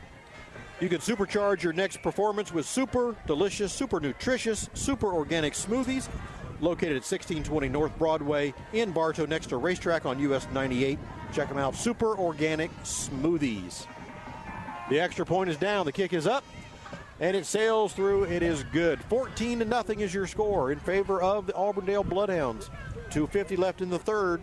You're listening to Yellow Jacket Football on WBF. When looking for insurance coverage, consider the Ewing Black Welder and Deuce Agency with offices in downtown Bartow. Ewing Black Welder and Deuce Insurance with a wide range of insurance products to meet your every need. Becky Maslak, your local office manager. Have you tried the shakes at Crave Nutrition? So many flavors and packed full of protein, they're so yummy. Come by Crave Nutrition today and let us help you find the perfect shake for you. Crave Nutrition, behind Dunkin' Donuts on North Broadway in Bartow. For over 50 years, Keith Spray Service has been serving Polk County with specialized treatment of delicate ornamentals, including rose bushes. Want to learn more about the treatments of ornamentals as well as expert lawn care? Call Keith Spray Service. Welcome back to Yellow Jacket Football here on Bruce. The cheerleaders are in the stands with us. Yeah, they are, and we need them. Yeah, trying to get this crowd fired up. Auburndale in front, 14-0. Set to kick it off. Back deep to receive is Borders back there. Looks like Battle's back there with him. Where's the kicker? We need a kicker. There's a little girl over there. She can do it.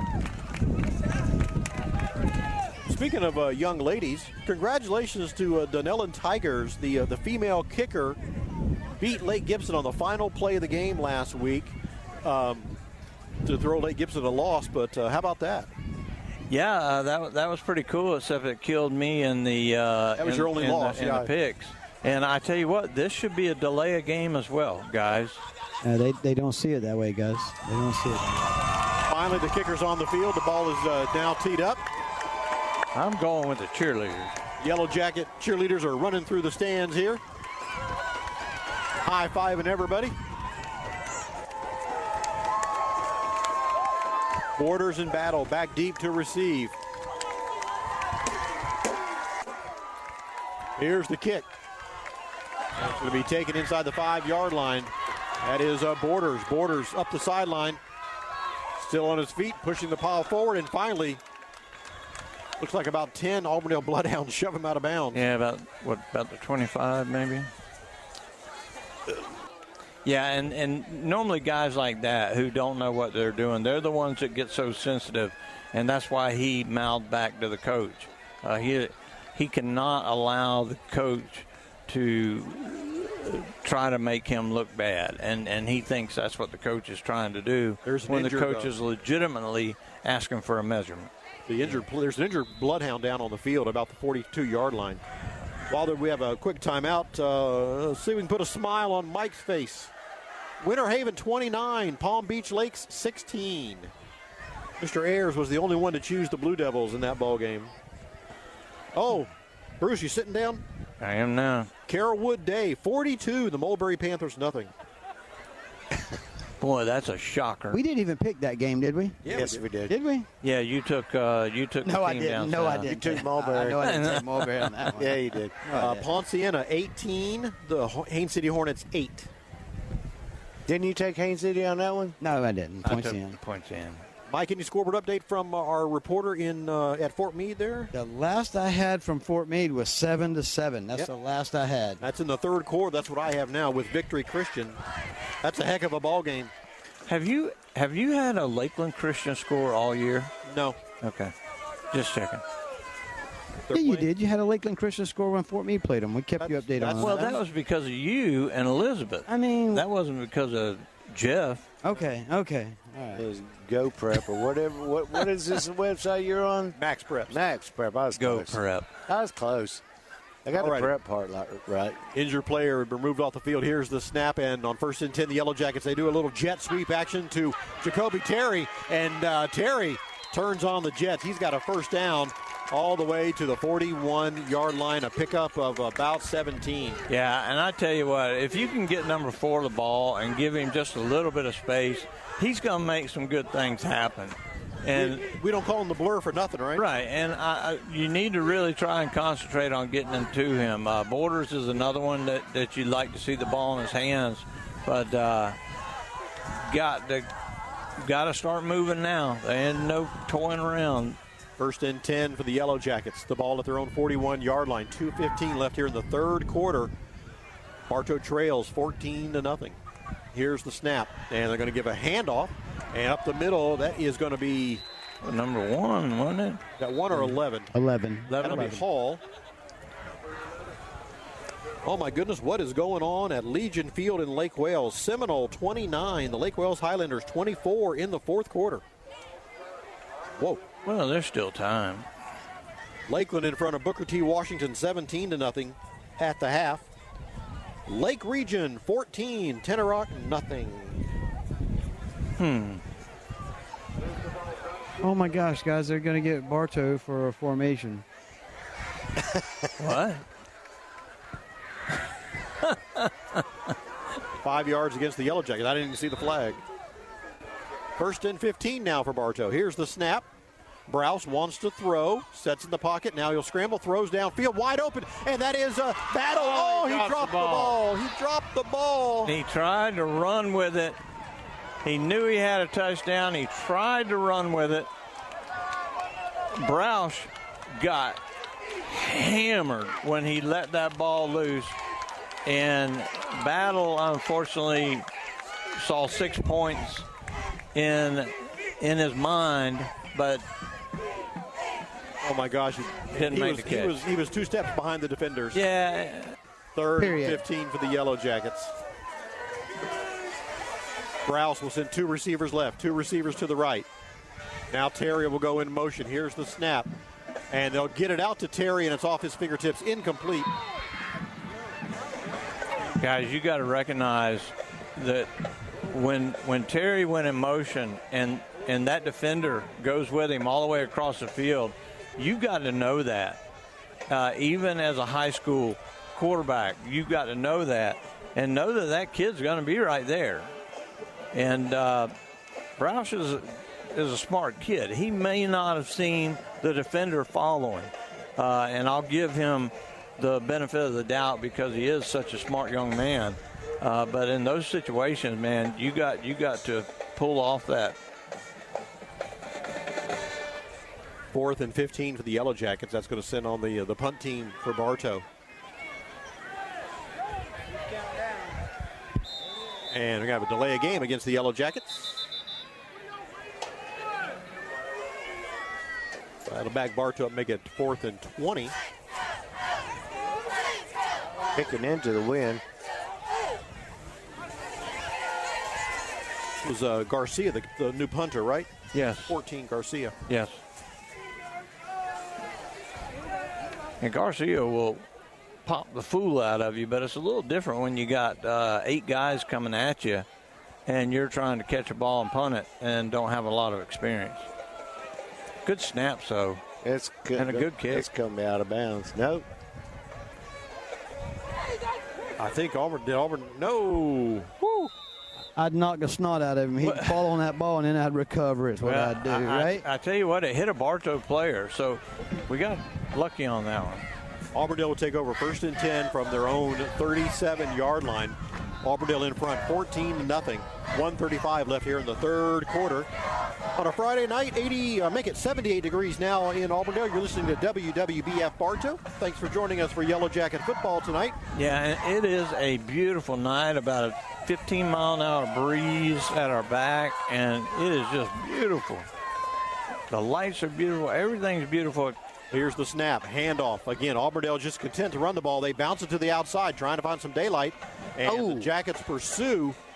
Going to be about a 5-yard pickup. And I tell you what, that was Battle, the one that stopped that whole play right there. Or that could have been big yardage. Battle outruns him to the sideline and turns him back in. A minute left here in the 3rd quarter. It is 2nd down and 4 for the Bloodhounds. Freshman quarterback Edwards takes the snap. He will again hand it off. Here goes Weir again. And Weir will get a 1st down. Yeah. They're running nothing. I mean, guys, let's be real. I mean, so we got to be able to stop it, right? Because all they're doing is running one play to the right, one play to the left. They're throwing a little pass to the flat. I mean, they're not doing anything spectacular. I mean, Bartow's just not executing at this point right now, and it's in Auburndale's court. I mean, they got 14-0. Guys, we're frustrated, so you know the coaches are frustrated, and the kids can feel that too.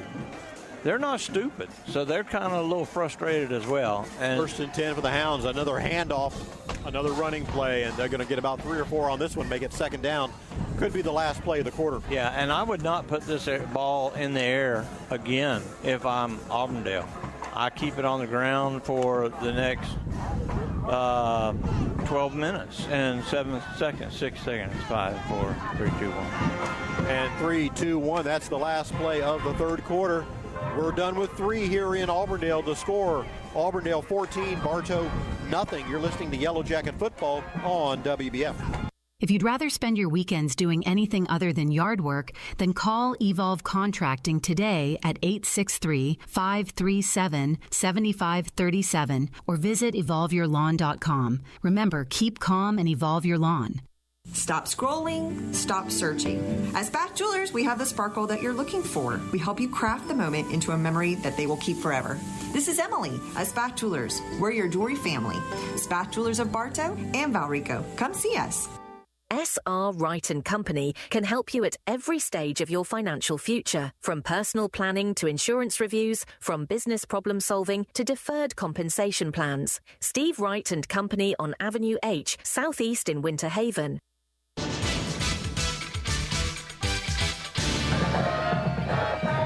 Welcome back to the fourth quarter. We're at Auburndale. The Auburndale Bloodhounds in front of the Yellow Jackets, 14-0. Auburndale with the ball. They have a 2nd and 5 at the Yellow Jacket 48-yard line. Led by their freshman quarterback, number 13, Theo Edwards. Kavar, the big running back, and we got whistles that'll stop this play. Oh, don't stop it now. Let them go. Offsides against the Yellow Jackets. Yeah, I mean, that's an offsides. How do you stop that on an offsides? They do, well, sometimes they do. I don't know. That'll be a first down on the penalty for Auburndale. They take turns. I don't know that either. 1st and 10. Edwards takes the snap. Edwards will hand off to the big fullback. That is Jordan Tavar, and he plows over for about a 4 or 5 yard gain. Yeah, that cat, he'll rake up 100 yards in this game if they just keep handing it to him. And it looks like a lineman running the ball. Oh, yeah. He's a big dude. 2nd down and about 6 here for Auburndale. From the Jacket 40-yard line. It's going to be a quarterback keeper and lots of daylight for the freshman running back. And he loses the ball. Bartow picks up the ball. The strip's hurt, and it's going to be down the sideline goes Battle. It's going to be, Battle breaks one tackle. It's going for a touchdown. That's a Yellow Jacket touchdown, a scoop and score for the Yellow Jackets. But yeah, there's 2 flags. Listen, and if they call that again, I know what they're going to do. That's going to be against Bartow, guys. Watch and see. Watch and see. That's coming back. It's going to be against Bartow. But was it after the fumble? The quarterback keeper, he was stripped from behind by a nice defensive play by the Jackets, and then Battle picked up the ball at the 21-yard line. They're picking up the flags. It's a touchdown. I'm surprised. 79-yard scoop and score for the Yellow Jackets puts Bartow on the board. 11:08 in the fourth quarter. It's now a 14-6 ball game. I don't get it. So Garcia now will be on to attempt the extra point. We had a lot of problems with this last week at Haines City. But we've had good snaps, at least to the punter.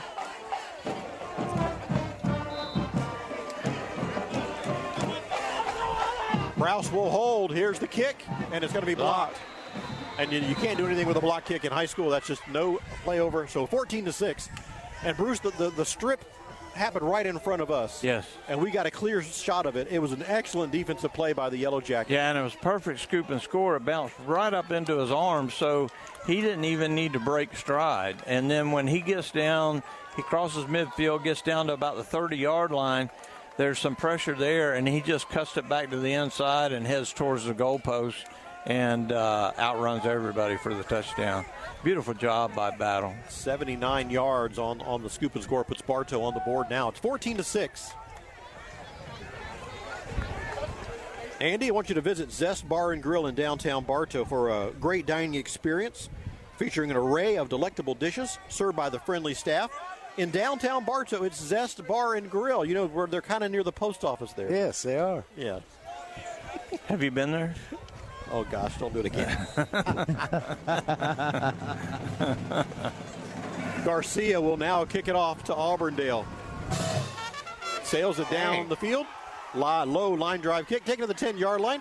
Across the 20, 25, 30, 35, into the daylight goes the receiver. Oh, and he's caught. Touchdown saving tackle by the Jackets. Yeah, number 29 right there. We don't have a 29. Unfortunately, because he just made a touchdown saving tackle. Ponciana 26, Haines City 8 at the end of the third quarter. Ponciana 28, Haines City 8. Cool.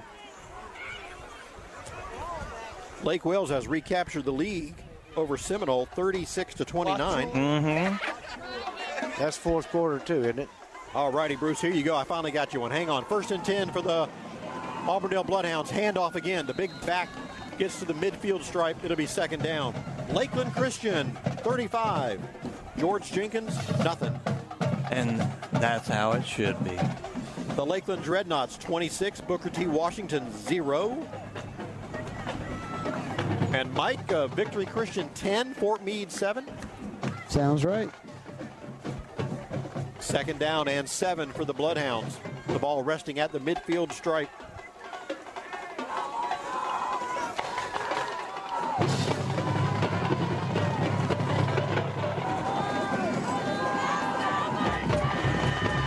Edwards in the backfield. He'll take the snap. He wants to throw, and he does. The right-hander slings it downfield, and it's going to be out of bounds. Way out of bounds. Is he going? 2nd down and 7. Yeah, I don't know. I guess since the game is closer, yeah, you might put the ball in the air. You've been running. And he did have a step on the corner, but he just threw that ball up, and the wind probably carried that ball out of bounds, Mike. They're calling a penalty against Bartow. For what? I don't know yet. 10 or 15 yards. It's going to be a 1st down in Automatic Yellow first Jacket down. territory. Did you see the call? The guy that had the flag. It said holding. 1st and 10 for Auburndale at the Yellow Jacket 40-yard line. Here's the snap. Handoff. Weir. And Weir is dropped behind the line of scrimmage. No gain on the play. Listen, I'm generally not a nasty football player, but I'm just going to be honest with you. If you're going to penalize me for something stupid like that, I'm going to give you a reason to penalize me when it gets close to the ball game, which may end up costing me my next week's ball game.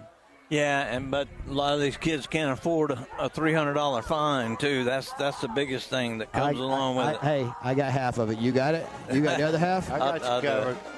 I got you covered. Richardson with a big tackle right there. 2nd and 11 for Auburndale at the Bartow 41. Edwards takes the snap. Edwards, quarterback keeper, tries to bounce to the outside. He's lost his footing. Yeah, and that time it was Josiah White, and he actually pushed the tight end back and tripped up the quarterback. 3rd down and about 14. They're walking Josiah White up to the line of scrimmage like he's blitzing, but that time he held his ground. 8:46 to play in the ball game. Auburndale 14, Bartow 6. Man, I'd be bringing pressure right here. 3rd and 14, and there's whistles. They're going to have to delay a game. That's 5 yards against Auburndale. I just don't think you should sit back and play coverage right here. I would just. I'm coming. Yeah.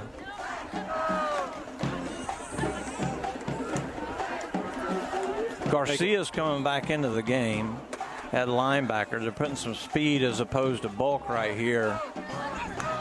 3rd and 18 now for the Hounds. Here's the snap to Edwards. They do have the blitz. And it's going to be caught at the 40-yard line, breaks one tackle. He's going to be well short of a 1st down. It'll be 4th down, and they need about 7. Yeah, and I think it's going to be 4th and about 5. 5? No, 6. Yeah, they're gonna run their big fullback on this. I would. So why would you not? You got the lead. The clock's running. Bartow hasn't been able to do anything offensively. I would bring that big cat in there and put a running back in front of the fullback. Yeah, I'm going to make you stop it. I'm just going to make you stop it. But he's not in the game. It's going to be 4th and 6 for Auburndale at the Yellow Jacket 36-yard line. Watch the ball. 2 receivers on the near side of the field. Here's the snap. Edwards drops back to throw. Edwards now will scramble. Still looking, slings it downfield, and it's going to be caught. Oh, my goodness, he caught that ball. The quarterback paid for that one, though, guys. He paid for that one. That was Caden Burnett coming on the blitz, and he just cleaned his clock right as he was throwing the ball. It was a clean hit. Made the catch at the 23-yard line. And that was an incredible catch, guys. I mean, he caught that with somebody all over his back and got to give credit where credit's due. Auburndale is a pretty good football team. Clock runs at 7:15 to play here in the fourth quarter. Auburndale at Jacket 23-yard line, 1st and 10. Twins left, twins right. Edwards in the shotgun. He wants to throw. Looking, slant across the middle. It's going to be incomplete. Tipped up in the air, and the Jackets almost got a hand on it. That was number 10 again. Back-to-back, Caden Burnett getting a hand up. Have our first final of the night. Winter Haven 29, Palm Beach Lakes 16. Cool. Yeah, somebody down there, I got it right. I didn't pick them? Nope. Mike was the only one to pick Winter Haven. Cheater. 2nd and 10 for Auburndale. Listen, the band keeps singing. I had to dance with my wife down here. I love the band. Here's the snap. Handoff. Weir up the middle. He goes, and he runs right into big number 98. Let me see if I can embarrass her, right? And a lot of Jackets. You think I can embarrass her? I think she'll beat you up if you try. On the birthday? Wait. 3rd and 9 for the Bloodhounds. What a... Mike. What a crazy guy you guys have down on the sideline, right? Yes. Edwards brings his offense to the line of scrimmage. He's in the shotgun. Put one man in motion. They fake it to him and give it to the big guy, Jordan Taver. And he's got a lot of running room, pushing people left, pushing people right, and he's going to have a first down. And a flag coming in. It's got to be against Bartow, guys.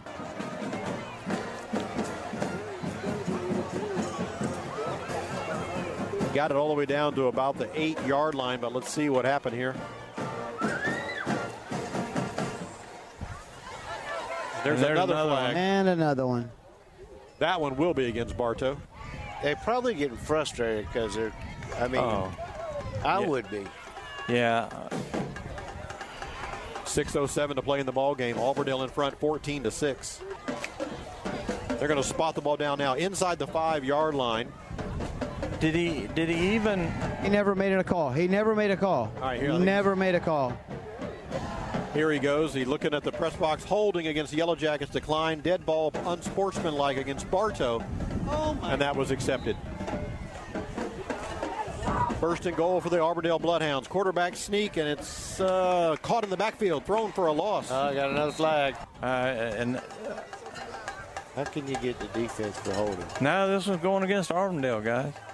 Is that the second penalty against Auburndale?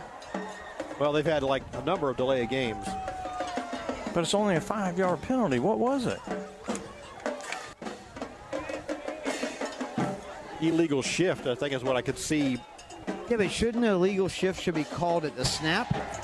Yes. That should be called at the snap, and that should be dead at that point right then and there.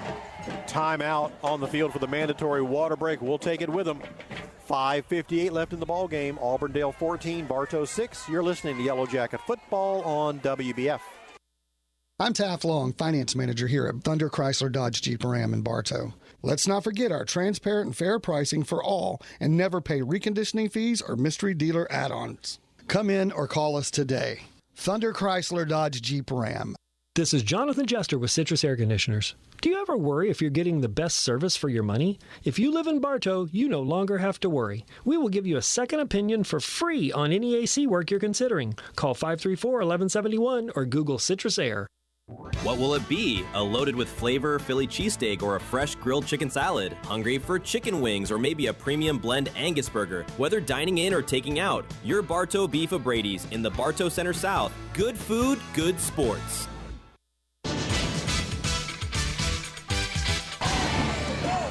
Welcome back to Yellow Jacket Football. We are in Auburndale tonight. Jackets trail 14-6.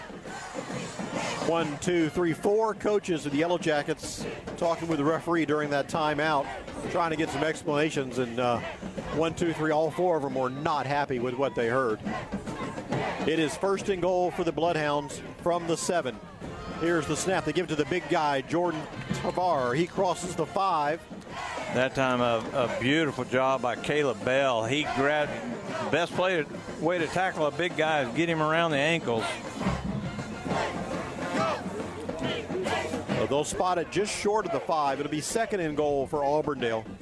Now you look for some kind of fake to the big guy. I don't know. The slant's probably wide open. Yeah, you got no safety help right here.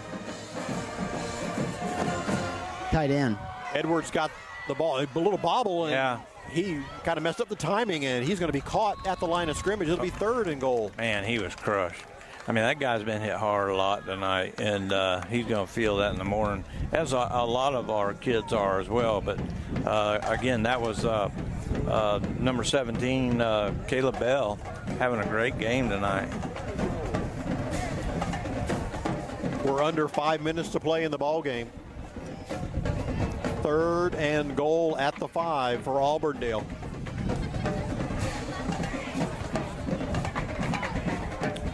Edwards to the line of scrimmage. Single receiver left, a single receiver to the right. The big fullback standing right next to the quarterback, and he will get the ball up the middle. He goes, and he finds his way into the end zone. Yeah. That's a lot of beef rolling there, Bruce. Yeah, when you get it going. Yeah, he just runs right behind the center, straight up the middle, and that's where he's had all the success all night. When he tries to go off tackle, they're able to get an angle on him and get the pressure to make that tackle, but not there. 4:27, and Auburndale gets another touchdown. Oh, here goes another flag. Sportsmanlike Auburndale. Unsportsman against the Bloodhounds. Well, this cat almost kicked a 43-yard field goal a while ago, so I'm sure he can make whatever this is. Or will you do it on the kickoff? I would do it on the kickoff if it's allowed. I just embraced Coach G a lot more just a second ago. What do you say? Well, the referee was looking at Coach and said, "Coach, what do you want to do with this penalty?" Coach G did not respond. And then the referee stood there for a few minutes, a few seconds, and then Coach G finally said, "Kickoff." Here's the snap. The extra point attempt is up, and it is good. 21-6 is your score. 4:27 left in the ball game. Reminder: NASCAR Truck Series racing from New Hampshire, Loud, New Hampshire tomorrow, 11:30 for the pre-race. They'll drop the green flag just after noon, and then Sunday 1 o'clock from New Hampshire. Who's going to win the Lobster in the Cup race tomorrow? I'd like to see qualifying, but man, it's just been a crazy deal with, everybody's kind of been in a little bit of trouble. But I mean, if you got to pick, Hamlin's running pretty good right now. The C. Bell won at Bristol. Yeah. Hadn't Gibbs taken all of the races so far in the first round? Yep. Yeah. Who? Gibbs. Joe Gibbs. Yeah, Gibbs. Racing. So they're marching off the penalty. Wait, no. They needed to change sides because y'all are on the wrong side. Bartow should be over here, and Auburndale should be over here. And they do need to march off a 15-yard penalty against Auburndale on the kickoff here. So they should be kicking off from the 25-yard line, and there they go. So Bartow needs to move up about 15 yards. There you go. Coaches are moving them up.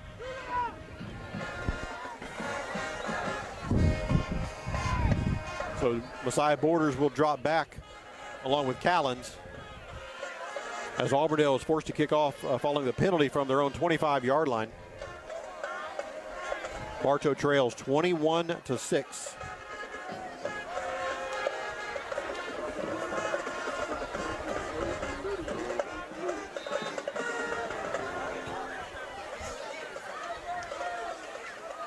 Has it teed up, and they're going to pooch it. And about the 44-yard line. Oh, darn. Oh, my gosh. Brought right down at the 45-yard line. He sure was. That was a great kick. That was number 7 who gets underneath it. That's Adams who made the catch, but he kicked it so high that allowed the kicking team to get down there, and they just planted him as soon as he caught the football.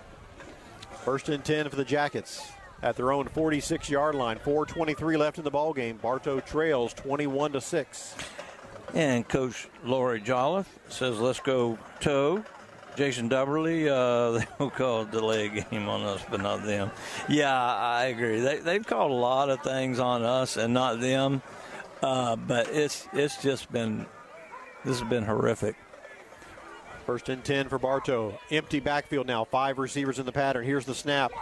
Browse picks it up. He's already scrambling, looking, slings it downfield. Caught at midfield. Still on his feet at the 45. That is Borders. Borders still breaking another tackle across the 40 and down at the 40-yard line. Yeah, that was a great job. That was, once again, Browse takes another big hit delivering the football, but gets it on time to Borders, and then he's able to pick up a few extra yards. 1st and 10 for the Jackets at the Auburndale 40-yard line. Again, empty backfield. 5 receivers in the pattern for the Yellow Jackets. They're in zone right now, guys, so you look. Here's the snap. Browse gets it out to Jacoby Terry. Terry breaks one-man miss, and Terry with a nice run across the 35 to about the 33. Yeah, good job again. If you can get it in his hands and get him any space whatsoever, he's going to make you hurt. He's going to make you pay. 3:42 left in the ball game. But he gets up a little gimpy. We don't like gimpy from number 4 from anybody. 2nd and 9 for Bartow. Again, an empty backfield. Browse will send 5 receivers in the pattern. Here's the snap, and a little low, incomplete. Tried to get it to Battle. Yeah, he sidearmed that ball, and if he has it up a little higher, that could be some big yardage right there. That was a Terry on the incompletion. So it's 3rd and 1. Again, another empty backfield. Here's the snap. Browse looking downfield, throws it, and it's going to be low, incomplete. Yeah, it's really hard to throw that ball overhand when you're on the run. You got to come off your shoulder a little bit. Got to be able to put the air under a little bit when you're throwing straight to the sideline. At the end of the 3rd quarter, Fort Meade 14, Victory Christian 10. At the end of where? At the end of the 3rd quarter. So it's 4th and 1. Bartow, of course, will go for it here. 4th and 1. Again, an empty backfield. Good job. And they get Auburndale to jump. Well, we don't know that yet. Well, they're calling a false start against the Yellow Jackets. I told you so. Oh, my goodness. This is incredible.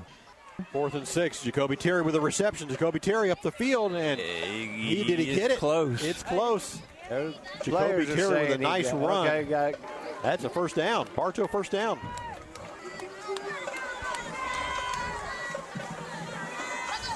Clock runs, 3 minutes to play in the ball game. Browse looks to the sideline for the call. Again, empty backfield. Here's the snap. Browse looking, throws it a little corner route, and it's incomplete. Stops the clock with 2:44 to play. Didn't he just pull him down? The defensive guy, did he pull the receiver down? Yeah. 2nd and 10 for the Yellow Jackets.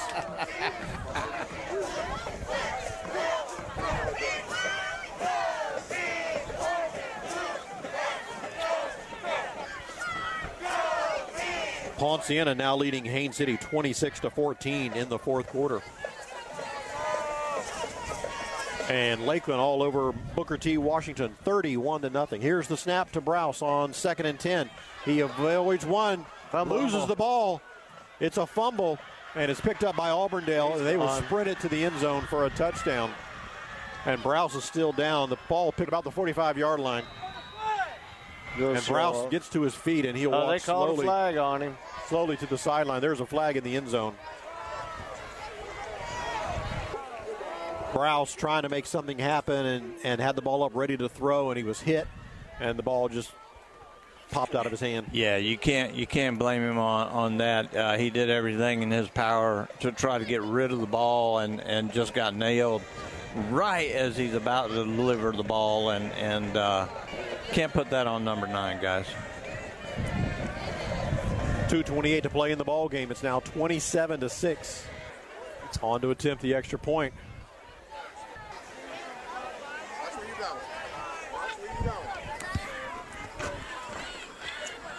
Here's the kick, and it is up and through the uprights. 28-6 is your score. 2:28 to play here in the ball game. You're listening to Yellow Jacket Football on WBF. Russell Hernandez here at Kelly Buick GMC. So we're committed to investing in the people that make Polk County so great, such as the 20-buck truck, Polk County Youth Fair, as well as the Blooming Arts Festival and Jeepin' with Judd. Visit us at kellybuickgmc.com. The Whitten McLean Funeral Home of Bartow and the McLean Funeral Home of Fort Meade are proud of our community and student athletes who strive to do their best. Another reason we are pleased to support today's broadcast. Whitten McLean, our family serving yours. At Budget You Pull to Bartow, they'll buy your old vehicle and even arrange to pick it up. We buy junk cars here. We can also arrange for towing from you. We use Gator Towing for our towing service, so you know you get insured a professional towing vehicle. And they cover Polk County. Budget Auto Parts at Bartow.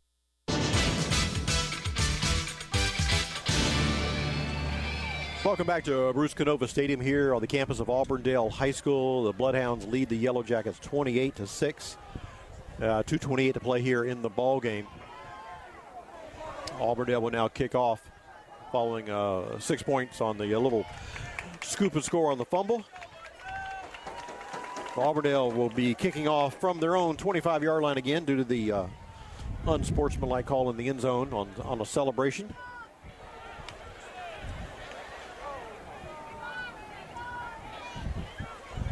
Borders is back deep to receive.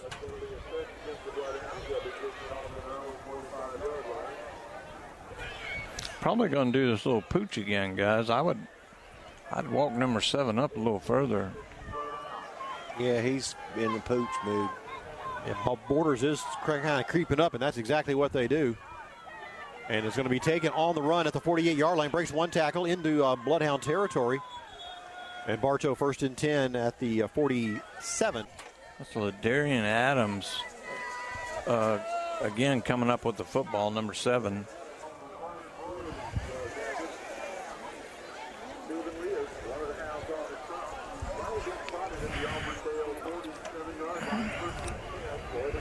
.222 to play in the ball game. Auburndale 28, Bartow 6. Well, next week the Yellow Jackets will open up district play on the road at Bloomingdale to take on the Bloomingdale Bulls. And some bad news to report. Unfortunately, no radio broadcast next week. Sorry about that. The school, which owns the rights to the game, say we can't come. That happens. Oh, here's a new quarterback. That's Williams. He picks up the snap and he'll throw it downfield, and it's going to be intercepted. Intercepted by the Bloodhounds. Yeah, it's just one of those nights, boys. Yep, it is. So Auburndale will take over, and they can just run out the clock. It was a low snap, and Wallace couldn't handle the snap, and he picks it up, rolls out a little bit to his left, throws it probably 20, 25 yards downfield, and right over his receiver, right to the DB, who goes down immediately. And Jameer Wallace was on the backup quarterback duties. Yeah, I mean, he actually came in and replaced Prowse once and played the entire game. Then he started the next game, I believe, didn't he? I can't. He came in with Gulf Coast and did a wonderful job in the second half comeback. So first and 10 for Auburndale, 2:15 to play in the ball game. They have it first and 10, and now we got a delay game called against Auburndale. That'll back them up by 5. First and 15.